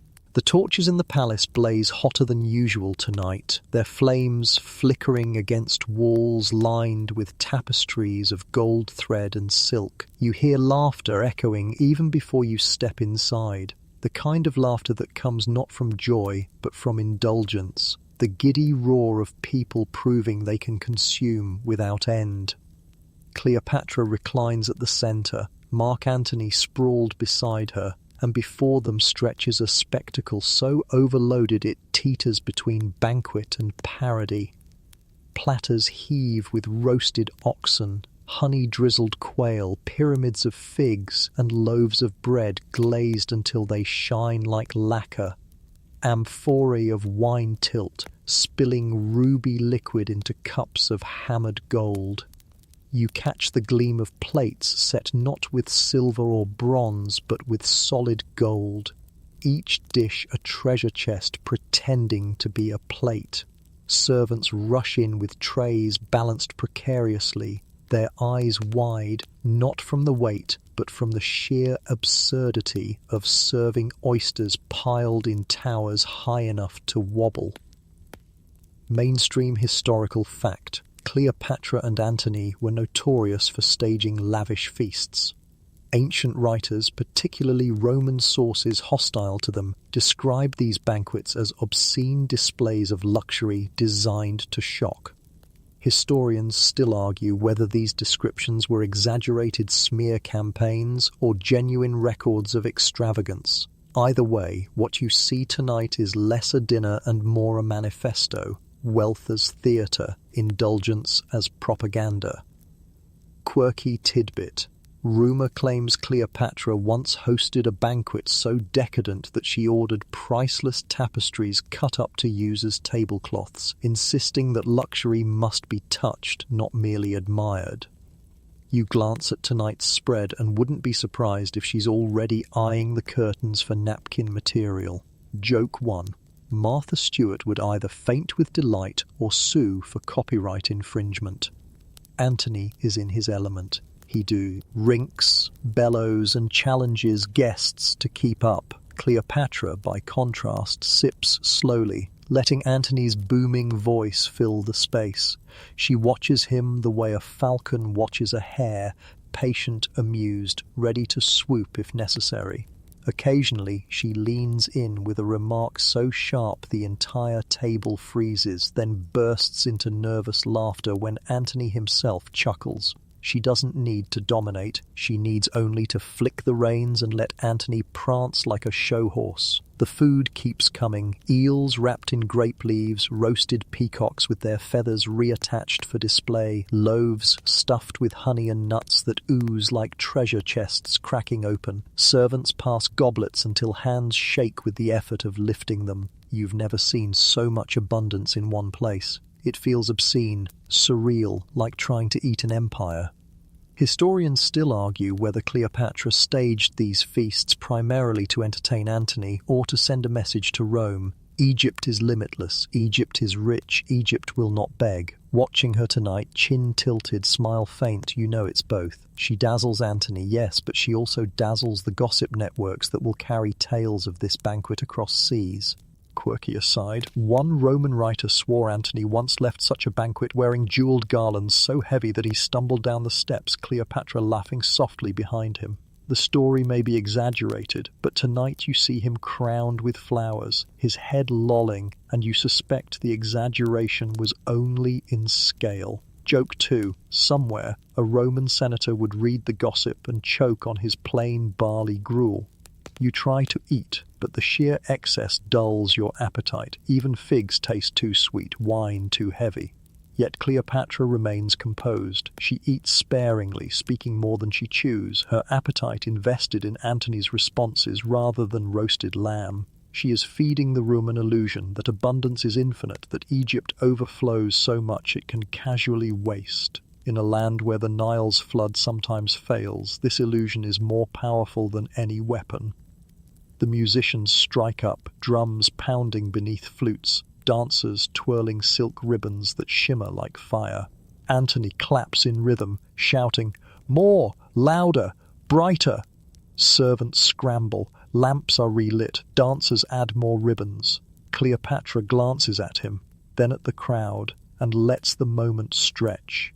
She wants him seen, wants him heard, wants his image tangled with hers. When they leave this hall, no one will speak of Antony without speaking of Cleopatra. Joke 3. You catch a servant carrying away yet another tray of roasted birds and think, if Uber Eats got an order like this, the driver would just quit and move to another city. As the feast thunders on, you notice Cleopatra's hand drift briefly to Antony's arm, steadying him when he stands too quickly. It's not affection exactly, it's choreography. She knows when to let him roar, when to nudge him back into his seat, when to pour him another goblet, when to drink from his cup herself. Together, they stage a partnership that is half Roman, half contract, all performance. When the last platter is cleared and the last musician collapses, the hall looks like a battlefield of crumbs, spilled wine, and discarded garlands. Antony leans against a column, roaring with laughter, while Cleopatra rises, silk unwrinkled, smile intact. She walks out as though nothing has touched her, while Antony staggers like a victorious gladiator. Both images will spread tomorrow. Rome will hear that Cleopatra and Antony feast like gods, and that, you realize, was the true meal served tonight. The palace is quieter after the glut of food and laughter, but Cleopatra doesn't slow. She leads you out into the open courtyard, where the air feels newly washed by night. Stars scatter themselves overhead like jewels on a black silk canopy, and you sense the shift tonight. She isn't queen of feasts or fleets, she's queen of omens. She tilts her chin upward, and suddenly the banquets, perfumes, and pearls all seem small compared to the map blazing above. Mainstream historical fact: astrology and astronomy were deeply woven into Egyptian culture. Priests charted the rising of Sirius to predict the Nile's floods, and rulers consulted the stars before campaigns. Cleopatra, educated and pragmatic, would not have ignored this. Historians still argue whether she personally studied celestial charts or relied entirely on advisors, but she certainly lived in a world where rulers watched the skies for guidance. A priest approaches, his linen robes fluttering, and unrolls a chart smeared with ink dots, the heavens drawn on papyrus. Cleopatra takes it, spreads it on a low table lit by oil lamps, and runs her fingers over the constellations. She murmurs to herself in Greek, then in Egyptian, calculating. You lean in and see her nail trace Orion's belt, then the bright spark of Sirius. The priest explains the river will flood high this year. Cleopatra nods, already imagining warehouses filled with grain, coins stacked in Roman palms, leverage secured for another season. Quirky tidbit: some Roman writers insisted Cleopatra dabbled in horoscopes, casting charts for lovers and enemies alike. They claim she once looked at the stars and predicted a visitor's short life. Whether true or gossip, such stories cemented her as half queen, half sorceress in the Roman imagination. You watch her tonight, lips pressed thin in concentration, and think, fortune teller or not, she's definitely read. Aiding patterns with more intent than superstition. Joke 1, basically the world's first "what's your sign" pickup line, only she uses it to negotiate grain exports. The night deepens, stars brightening as torches sputter low. Antony appears, loud as always, goblet still in hand, and laughs at the scholars hunched over their scrolls. You can't fight battles in the sky, he booms. Cleopatra smiles faintly, gestures for him to look upward. He follows her gaze, sees Mars glowing red above the horizon. She whispers, "The god of war favors us tonight." His laughter dims. For a heartbeat, Antony believes. Historians still argue whether Cleopatra manipulated astrology purely as theatre, or whether she trusted it herself. What you see is someone who understands both angles. To the priest, the stars are divine. To the farmer, they are water forecasts. To Antony, they are omens of conquest. Cleopatra weaves all three truths into one tapestry and sells it as destiny. A sudden streak cuts the sky, a meteor burning brief and bright. The crowd gasps, murmurs rising. The priest calls it a sign of change. Antony clenches his fist, muttering about victory. Cleopatra simply tilts her head, eyes narrowing, filing it away like another figure in her ledger. You can almost hear her thinking, change, yes, but whose change? Quirky aside, in some Egyptian rituals, musicians played harps while priests watched the stars, believing the harmony on earth echoed the harmony above. Tonight, you hear faint harp strings drifting from the palace, the notes trembling like silver threads tying sky to stone. Joke 2. You wonder if the harpist ever played Twinkle, Twinkle, Little Star centuries ahead of schedule, just to see if anyone noticed. Cleopatra shifts the chart closer, points at a conjunction, and explains to Antony how two stars drawing close signify partnership, unity. Antony grins, seizes her hand, and declares it proof of their bond. The courtiers cheer, the priests bow, and Cleopatra smiles, not because she believes the stars have tied them, but because the crowd believes it. She's turned astronomy into theatre, and her stage tonight is infinite. As the hours stretch, she walks to the balcony, lets the night breeze lift her hair, and gazes at the Milky Way spilling across the sky. You follow, eyes adjusting to the cosmic river, and it reminds you of the Nile below, two streams reflecting each other, one water, one fire. Cleopatra whispers something in Egyptian, a prayer maybe, or a formula. You can't catch the words, but you feel the weight. Ruler to goddess, mortal to eternal, bargaining again across dimensions. Historians still argue whether she consulted the stars before her final days, whether she saw in their glow her empire's fall. But tonight, the stars bend easily to her narrative. She names constellations, tells Antony stories of gods transformed into animals, warriors frozen in the heavens. He listens, rapt, as if he were a child. And that, you realize, is another secret. Cleopatra doesn't just charm men with perfume and pearls. She charms them with stories, with the illusion that the universe itself is on her side. Joke 3.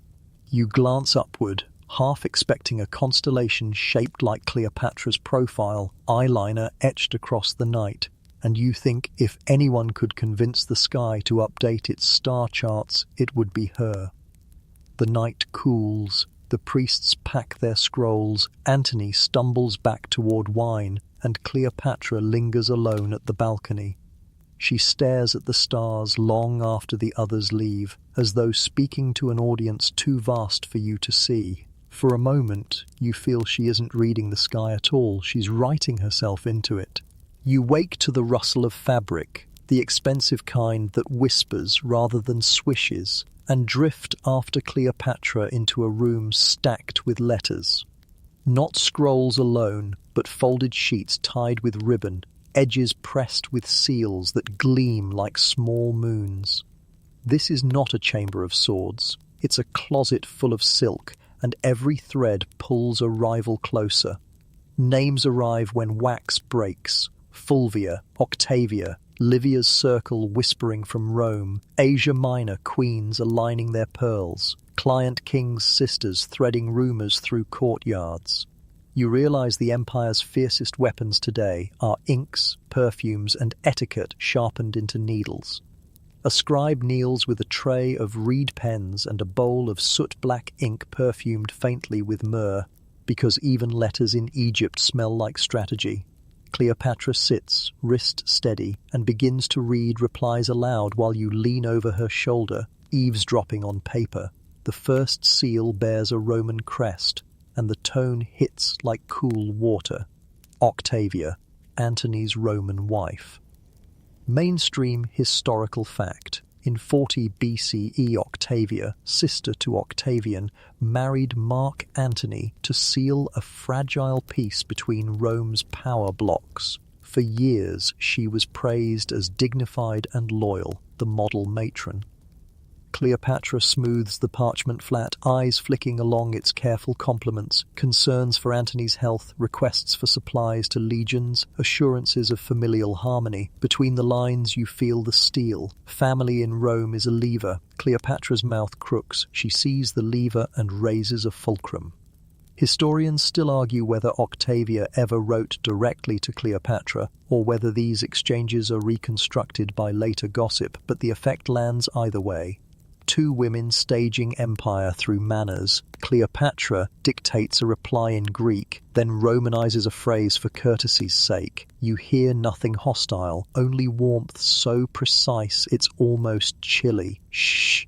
He praises Octavia's virtue, acknowledges Rome's needs, and then pivots to grain figures and harbour schedules, the kind of motherly logistics that cradle armies. You can't miss the message stitched into the niceties. I am the one who keeps the bellies full. Joke 1. It's the world's politest mic drop.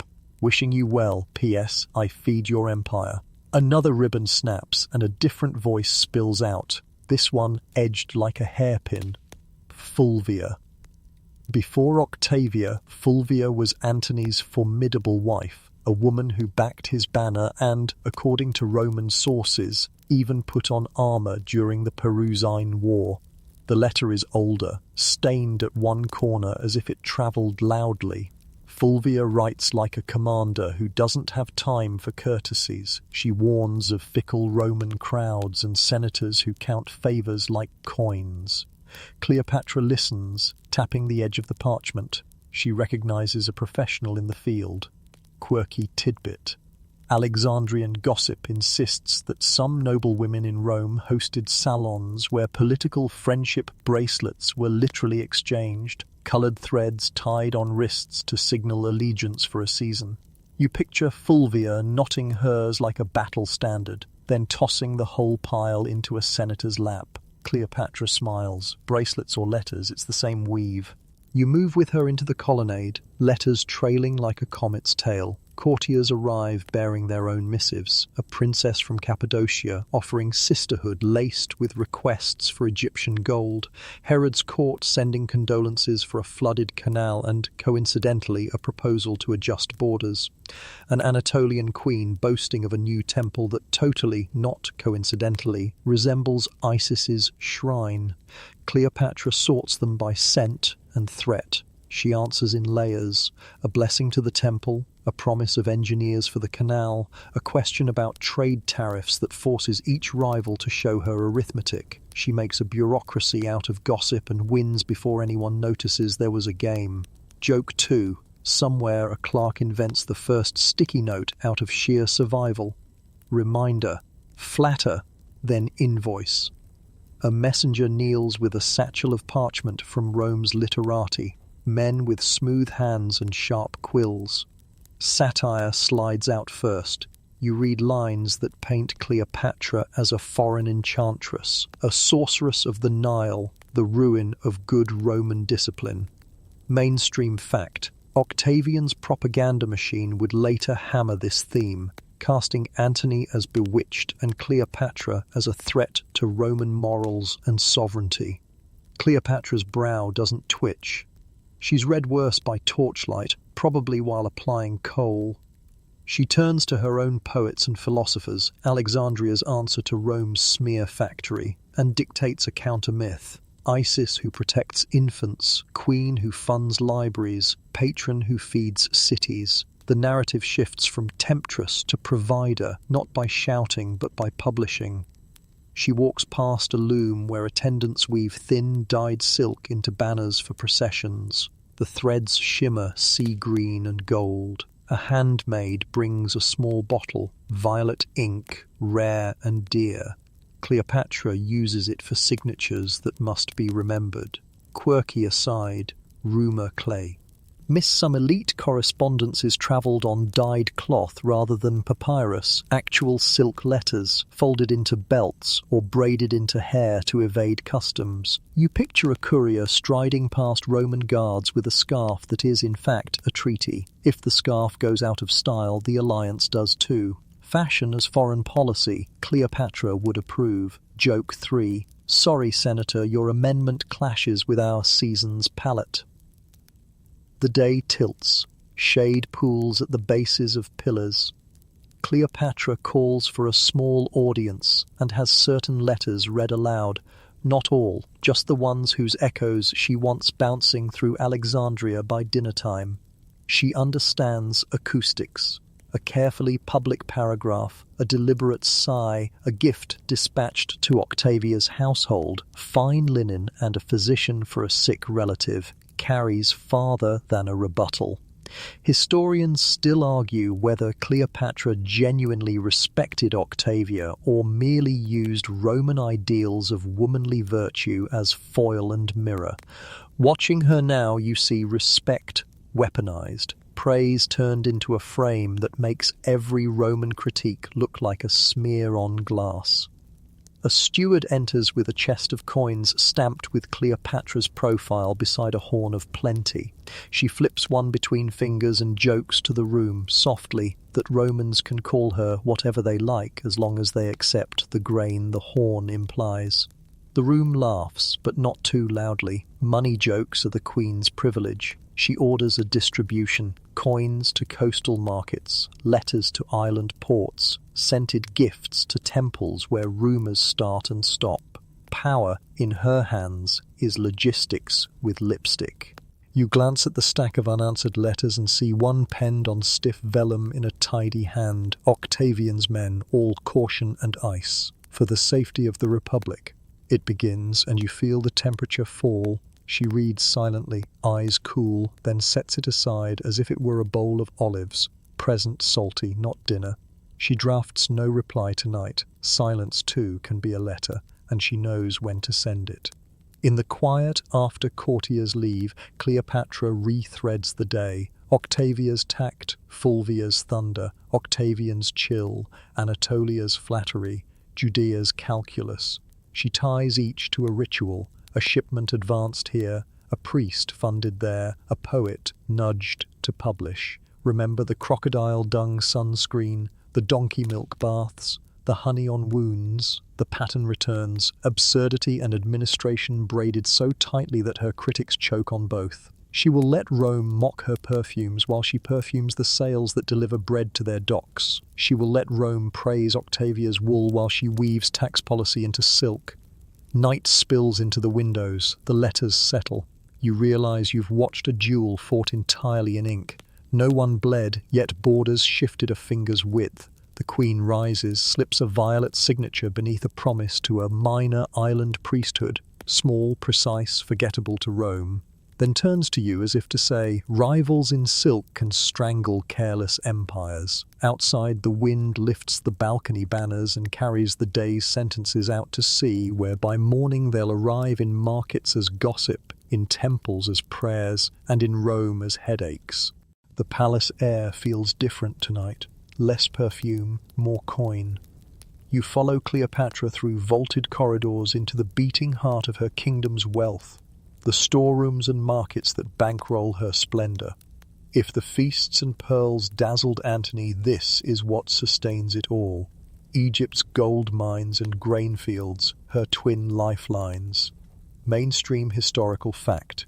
Egypt in Cleopatra's time was Rome's breadbasket. The fertile Nile Valley yielded wheat that fed hundreds of thousands in the empire. Alongside it, gold from Nubian mines filled treasuries, funding armies and luxuries alike. Historians still argue whether Cleopatra inherited prosperity or whether her fiscal management kept Egypt afloat in a period of political turbulence. Watching her move briskly through accounts tonight, you sense she treated economy as warfare, battles fought with measures and ledgers.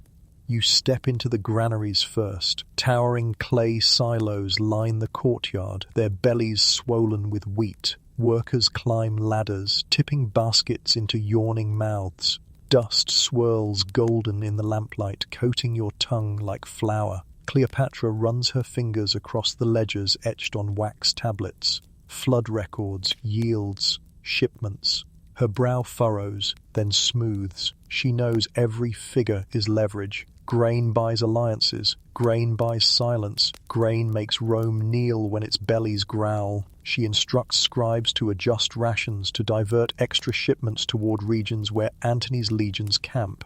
Joke 1. It's the ancient version of hangry diplomacy. Feed the soldiers before they riot. A merchant approaches, bowing low, his robe still smelling of the delta mud. He presents samples of barley, millet, wheat, each grain poured into Cleopatra's palm. She inspects them with the eye of a farmer more than a queen. Quirky tidbit. Egyptian farmers gauged soil quality by tasting handfuls of earth. Believe in. G, the flavour revealed fertility. Tonight a steward does the tasting, grimacing at the grit, while Cleopatra laughs softly. Historians still argue whether she personally involved herself in such mundane inspections, or whether chroniclers exaggerated her diligence to flatter. Still, she looks utterly at home amid granaries, her jewels catching dust instead of torchlight. From there she leads you south, or at least in imagination, to Nubia's gold mines. Couriers unfurl maps painted with ochre, dotted with tiny pickaxes marking shafts. Reports detail labourers digging under brutal suns, crushing quartz, washing sediments in Nile water. Gold dust glitters faintly in the papyrus seams. Cleopatra listens intently. Gold is the other half of her arsenal. Grain feeds armies, gold pays them. Historians still argue whether Cleopatra relied heavily on Nubian mines or if Egyptian wealth by her time was already stretched thin. She seems unconcerned. Egypt's myth of endless treasure is as valuable as the treasure itself. Quirky aside, rumours claimed the mines were guarded not just by soldiers but by sacred baboons, trained, or so gossip insisted, to shriek at intruders. You imagine an unlucky thief spooked not by spears but by a howling primate. Joke 2, the original security system, motion sensors with fur and bad tempers. Back in the market square, Cleopatra walks among merchants, veiled lightly to blend in. Lanterns throw halos around pyramids of dates, heaps of fish salted in clay jars, bolts of linen stacked high. She listens to haggling, farmers groaning about taxes, traders praising Nile floods. She pauses to test a scale, sets her ring on one pan, grain on the other, then flicks the weight slightly to catch the merchant's reaction. He stammers, she smiles, she knows every cheat, every trick. You realize this queen's power lies not only in temples or banquets, but in stalls where copper clinks against wheat. Historians still argue whether Cleopatra squeezed her subjects with harsh taxes or sought to protect them from Rome's constant appetite. You see her balancing ledgers like juggling knives. If she collects too much, Egypt revolts. Too little, and Rome starves and turns on her. It's a tightrope, and she walks it in sandals of gold dust and grain husks. She returns to the palace treasury at last, where bronze chests line the floor. Attendants crack them open to reveal coins stamped with her profile. Silver, gold, copper, all glint in lamplight. Cleopatra lifts one coin, studying her face pressed into metal. You notice the nose is sharp, the chin strong, not flattery, but command etched in currency. She tosses the coin back with a metallic clink. Joke 3. Imagine paying for onions at the market and getting change that stares back at you with royal eyeliner. A steward reads aloud the kingdom's accounts. Ships funded, temples maintained, soldiers fed. Cleopatra interrupts occasionally to correct numbers. Her memory is sharper than the scribe's wax tablet. She knows to the last drachma how her empire breathes. Quirky tidbit. Some records claim she personally intervened to standardize weights and measures in markets, punishing officials who skimmed profits. A queen with an abacus may not sound glamorous, but it keeps banquets and perfumes from collapsing into famine.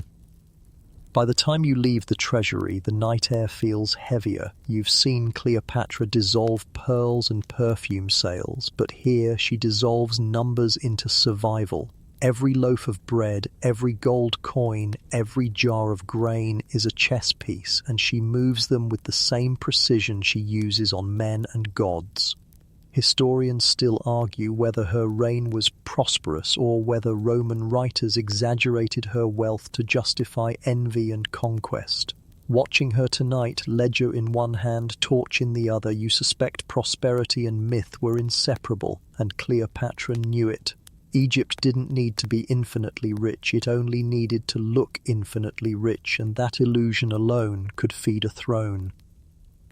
The torches in the treasury gutter. Outside, the Nile whispers. Grain and gold sleep in their jars and chests, but you can feel their weight pressing on the world, keeping Egypt balanced, keeping Rome fed, keeping Cleopatra poised as queen not only of spectacle but of survival. The palace doors slam against a hot breeze, and you feel the atmosphere turn sharper, as if Alexandria itself has braced for battle. Not a battle of swords this time, but of words. Pamphlets, speeches, rumours carried faster than ships. Cleopatra's banquet laughter and temple hymns are still echoing in the city, but beyond the Nile, Rome is already rewriting her image. Tonight you witness how propaganda becomes a war all its own. Mainstream historical fact: Octavian, later Augustus, built his entire rise on narratives. Against Antony and Cleopatra, he unleashed a relentless campaign portraying her as a foreign temptress, a witch who ensnared Antony with sex and sorcery, a decadent Eastern queen threatening Rome's moral order. Historians still argue how much of that picture was truth, smear, or both, but the propaganda stuck. Cleopatra as femme fatale, Antony as her puppet. You follow Cleopatra into a chamber where scrolls lie piled like fallen soldiers. Messengers have rushed in with reports from Italy, public speeches where Antony is mocked as Alexandrian plaything, pamphlets painting Cleopatra as Isis in disguise, luring Rome to ruin. A scribe reads aloud lines dripping with venom, Romans shouting that Antony has abandoned his wife Octavia, his honour, his Romanness. Cleopatra listens, face still as a mask, fingers tapping the armrest. Quirky tidbit. Some graffiti scrawled in Roman markets reportedly showed Antony kneeling before Cleopatra, leash in her hand. You imagine the snickers, the crowds who didn't care whether the image was real or not. Joke 1. Basically the ancient version of a political meme, cheap to make, impossible to erase. Cleopatra rises, signals her own writers. Alexandria's poets sharpen their quills like daggers, crafting verses of Egypt's generosity, her role as Isis, her wealth feeding Rome itself. She instructs them to praise Antony not as puppet but as rightful heir to Caesar's mantle. You notice the shift. She doesn't defend herself against slander. She drowns it in countermyth. She knows the louder the Romans call her witch, the more insistently she must appear goddess. Historians still argue whether the Alexandrian response ever reached Roman ears effectively. The propaganda battlefield was lopsided.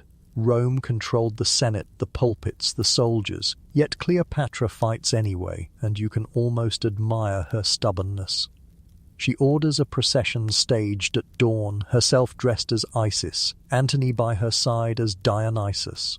The streets fill with banners, incense clouds the air, musicians thunder, citizens cheer, dazzled by gold-plated chariots, dazzled by the sight of their queen, not shrinking from Roman insults but doubling down on divinity. The procession is theatre, but also rebuttal. Look, we are gods. Who dares call this sorcery?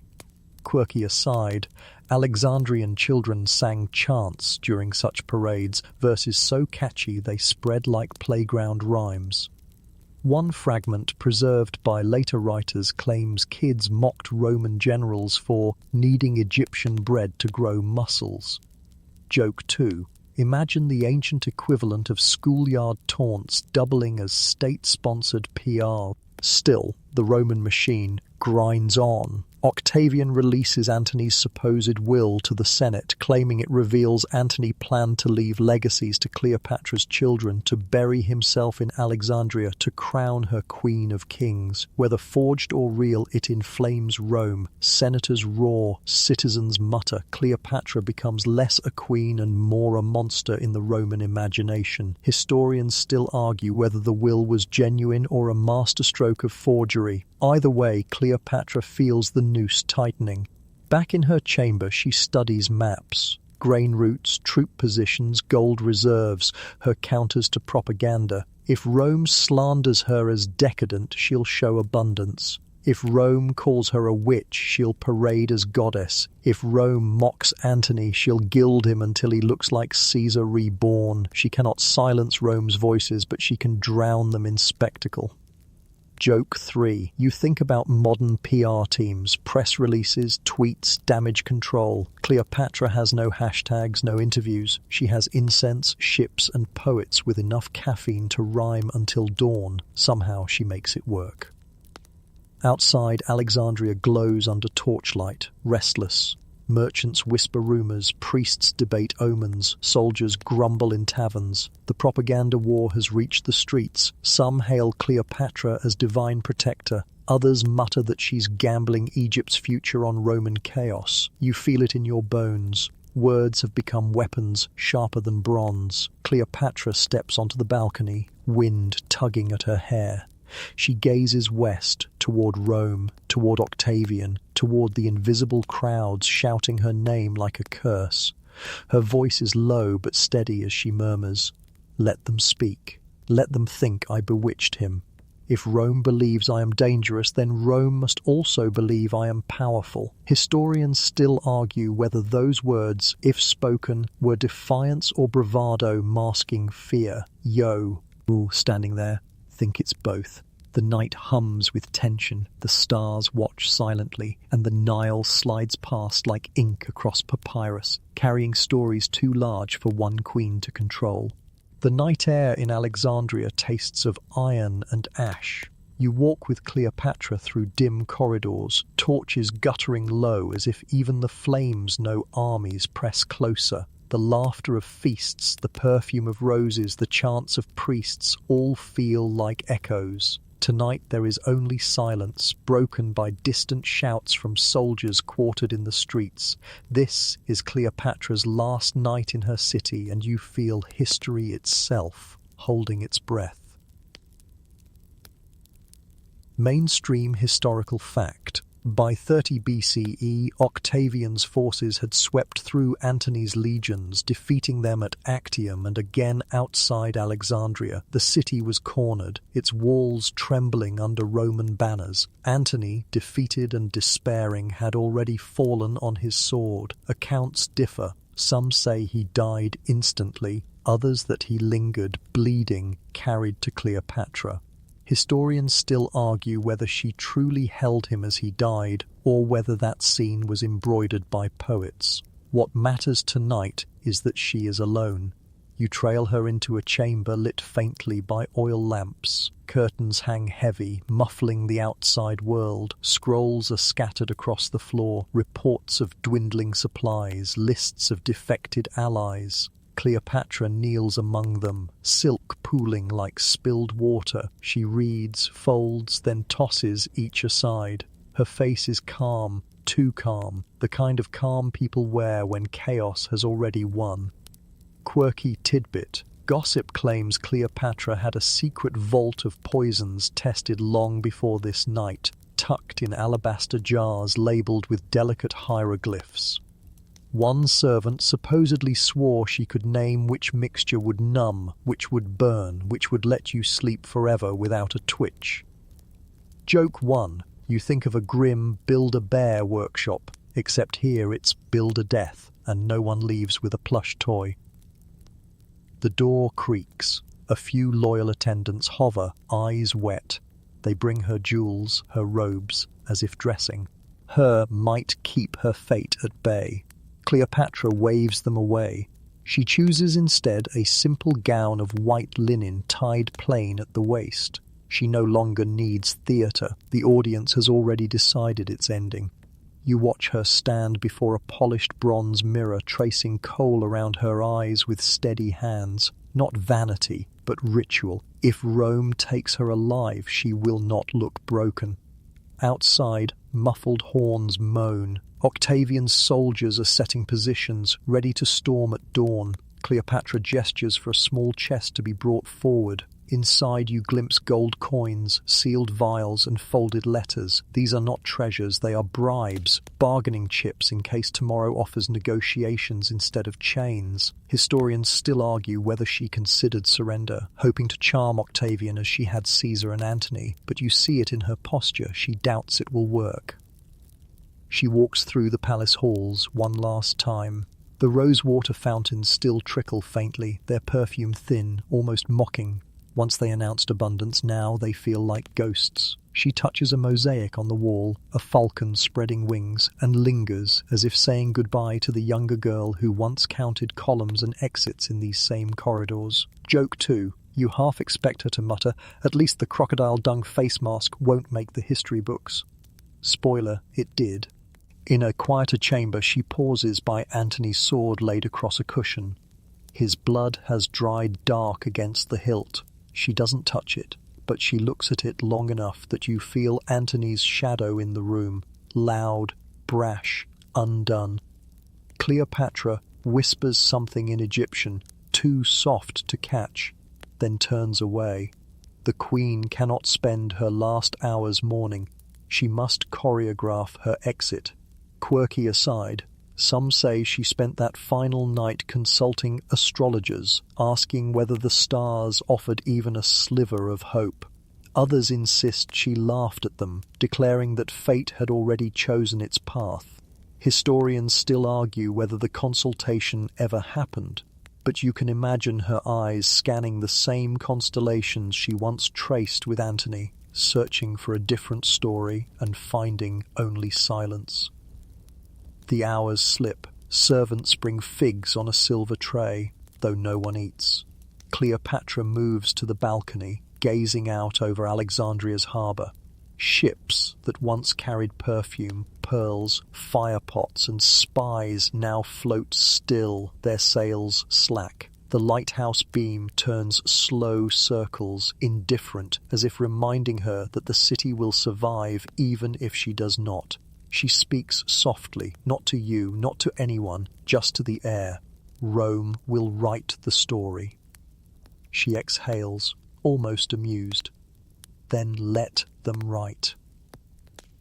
Historians still argue whether those words were real or imagined by chroniclers desperate to give her a final quip. But they feel right, sharp, weary, defiant. Joke 3. You glance at the figs, half expecting her to sigh. Well, at least dessert survived the siege. When the lamps gutter low, Cleopatra retreats into her chamber. Attendants close the doors, leaving you in the corridor with shadows pressing against the walls. You hear only faint murmurs within, instructions given, tokens passed to loyal hands, whispers that sound like both orders and farewells. Some way. Outside, Rome sharpens its knives. Inside, Cleopatra prepares her silence. You lean back against the cool marble, pulse quick.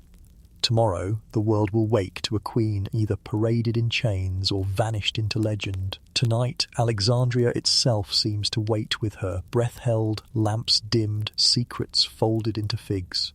Dawn stains the edges of the curtains, a thin thread of gold stitching the dark, and you move with Cleopatra into the quiet centre of her last choice. She sits on a low couch in the mausoleum room she ordered sealed, the doors barred with timbers she had raised herself, an insurance policy against Roman hands. The air is cooler here, smelling faintly of stone dust and figs. On a tray, the fruit glows like small suns, innocent and obscene all at once. Her attendants, Charmian and Iris, hover close, their faces steady the way sailors steady themselves before a squall. You feel the hush press on your ribs, the way silence sometimes arrives already wearing mourning clothes. Mainstream historical fact. In 30 BCE, after Octavian won and Antony died, Cleopatra ended her life in Alexandria, likely within days of his death. Roman sources say Octavian visited, demanded surrender, and intended to parade her in a triumph. She refused the humiliation. Historians still argue whether she used an aspi, a poisoned needle, or a concoction hidden in a comb. The method is a riddle that slithers between poetry and pathology. She smooths her linen gown, the plain white one that made her look more priestess than queen, and edges a lamp toward you so the light can keep its promise a little longer. Remember the library's quiet, where she weighed venoms like arithmetic. That bookkeeping has come home. She asks for her crown, the lighter circlet, not the heavy diadem, and Charmian settles it gently, as if any jostle could spill the moment. Cleopatra checks her reflection in a bronze mirror, touches the coal that wings her eyes. It is the same ritual you watched before she charmed Caesar, the same steady line before she toyed with Antony, the same mask she wore to read the stars. It isn't vanity now, it's authorship. A basket arrives, woven tight. The figs inside breathe that faint green sweetness you know from night markets. A loop of reed twine sticks out, casual as a smile, quirky tidbit. Some tellings insist that beneath the fruit coils an asp, cranky, unwilling, an accomplice recruited by rumour. Others say the basket hides only props while the real agent waits in a tiny vial or a gold pin dulled by wax. Joke 1, soft and guilty in your own head. There's no delivery app for one discreet serpent, but Cleopatra's logistics team still ships on time. She breaks a fig's skin, juices glistening on her fingers, and glances toward the shuttered light. You remember the pearls? Her eyes seem to say, vinegar hissing, a legend gulped. Now the theatre is smaller but sharper. She will not be carted through Rome while crowds spit and cheer. She will not let Octavian annotate her body like a victory inscription. If Rome must have a story, she will choose its punctuation. Footsteps in the corridor, the clatter of armour far away. Octavian's men are rearranging the day. Cleopatra ignores the sound the way you ignore thunder that's still miles off. She speaks softly to Charmian and Iris. Gifts to be given, scrolls to be burned, coins to temple chests, mercy for certain servants, safe conduct for others. The details are what she always loved. The exactness of honey on a wound, the exact weight on a market scale, the right pause before a punchline. Even now, she budgets tenderness. Historians still argue whether Octavian promised to spare her children or whether that hope died the same hour Antony did. She plans as if some hopes can be coaxed with neat handwriting.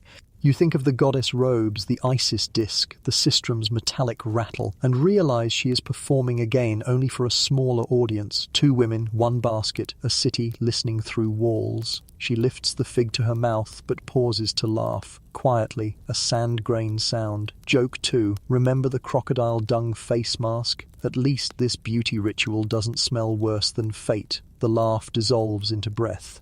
She lowers the fruit and reaches beneath the leaves. Whether you see scales, a needle's glint, or a vial's sleepy shimmer depends on which historian sits on your shoulder. The gesture is the same. Chosen. Charmian takes her hand. Iris steadies the lamp. Cleopatra turns her palm upward, the wrist a pale moon. You feel the room tilt toward the future's gossip. Somewhere far away, Octavian rehearses victory. Somewhere nearer, the lighthouse turns its fire, indifferent. Cleopatra closes her eyes. For a heartbeat, she looks like the girl you followed counting columns, mapping exits. Then her mouth softens, not into fear, but into the calm you saw in the library among antidotes, the harbour among ships, the balcony among stars. Perfume lingers, lotus and cinnamon, memory's own Chi-Fi. The first wave of sleep touches her fingers and runs like silk up the arm. Mainstream fact braided in. When Octavian's officers finally entered, they found Cleopatra dead or dying, attended by Charmian and Iris. One adjusted her mistress's crown before she herself collapsed, a final gesture that has kept poets employed for 2,000 years. Historians still argue whether Octavian allowed Cleopatra burial with Antony out of calculation or a flash of Roman mercy. The pair rest together in Alexandria, somewhere beneath centuries of silt, stone, and city. You kneel without realizing it. The basket sits obediently. A fig splits itself apart, sugaring the air. Iris sways, then sinks. See, Harmion lifts the circlet with the same reverence a priest gives a relic, nudges it straight. Well done, her eyes insist. Not triumph, not bravado, just housekeeping at history's lip. Joke 3, the gentlest one you'll dare. Even at the end, Cleopatra refuses to go out with bad lighting or a crooked crown. Outside, boots finally thunder. Fists drum the sealed doors. Orders crack like whips of air. None of it matters now. The Queen has already chosen a door no soldier can batter down. You remember the spies in reed boats, the pearl that fizzed like an empire in a cup, the scented sails, the rose-strewn floors where guests nearly slipped, the honey on a scratch, the star chart like a second Nile. It all condenses here, in a room where the air smells of figs and older worlds. What is the secret you were promised? Not that she was the most beautiful, or the cruelest, or the most extravagant. Those are Octavian's pamphlets still peddling themselves in your head. The secret is smaller and harder. Cleopatra kept authorship. She made entrances that rewrote rooms. She weighed grain as if it were scripture. She let perfumes speak before language. She turned letters into sieges and feasts into treaties. And at the last, she wrote her own closing line. The pounding stops. A hinge screams. Romans pour in with their busy notebooks. You step back into the corridor where the marble is cool and the fountains still whisper. Alexandria inhales, then exhales as cities do when a ruler leaves. Somewhere a librarian straightens a scroll. Somewhere a sailor tastes the wind. Somewhere a child learns to draw a falcon with outstretched wings. The story you've walked through folds itself like papyrus, but the scent of its ink refuses to fade. The room softens now, Samra, and your breath becomes the quiet metronome that leads us out. The torchlight blurs at the edges, gold melting to amber, amber to honey, and honey to dusk. You step back from the sealed door, the crown, the figs, and the whisper of silk on stone, and the corridors grow long and forgiving, like a shoreline at low tide where all the sharp shells have sunk beneath cool sand. Whatever thunder the world was saving for morning is far away. Here, in this gentler weather, the Nile is a ribbon that only curves toward rest. Let the perfumes fade to the faintest after-image, lotus, cinnamon, that playful trace of rose, and let the darker scents drift like lanterns on water until each one finds its quiet. Your shoulders fall. The oars you heard all night fold themselves, and the decks that rocked your balance become a dock that does not move. The library whispers close its lids, star charts rolling themselves into smooth scrolls, ink sleeping. Voices step back from the edges of your mind. The scribes murmur, the captains shout, the priests hymn. They diminish, not by force, but by consent, like guests leaving with smiles and soft footfalls. You lie down on that wide, calm Nile of breath, floating without effort. Even the old jokes know to whisper now, grins tucked under their cloaks. If any last image lingers, a pearl sighing into vinegar, a rose petal sliding to mosaic, a crown set straight by steady hands, let it grow lighter, farther, smaller. The lighthouse turns one last unhurried circle and decides you have no need of guidance. You are already home. So let your eyes close the way doors close in houses that love you, slowly, quietly, with hinges that never complain. When sleep arrives, it will be the kind that keeps your pulse untroubled and your breath deep, as if the whole river wanted nothing more than to carry you safely between its banks. Good night, traveller. The Queen has finished her story. Yours will wait for morning.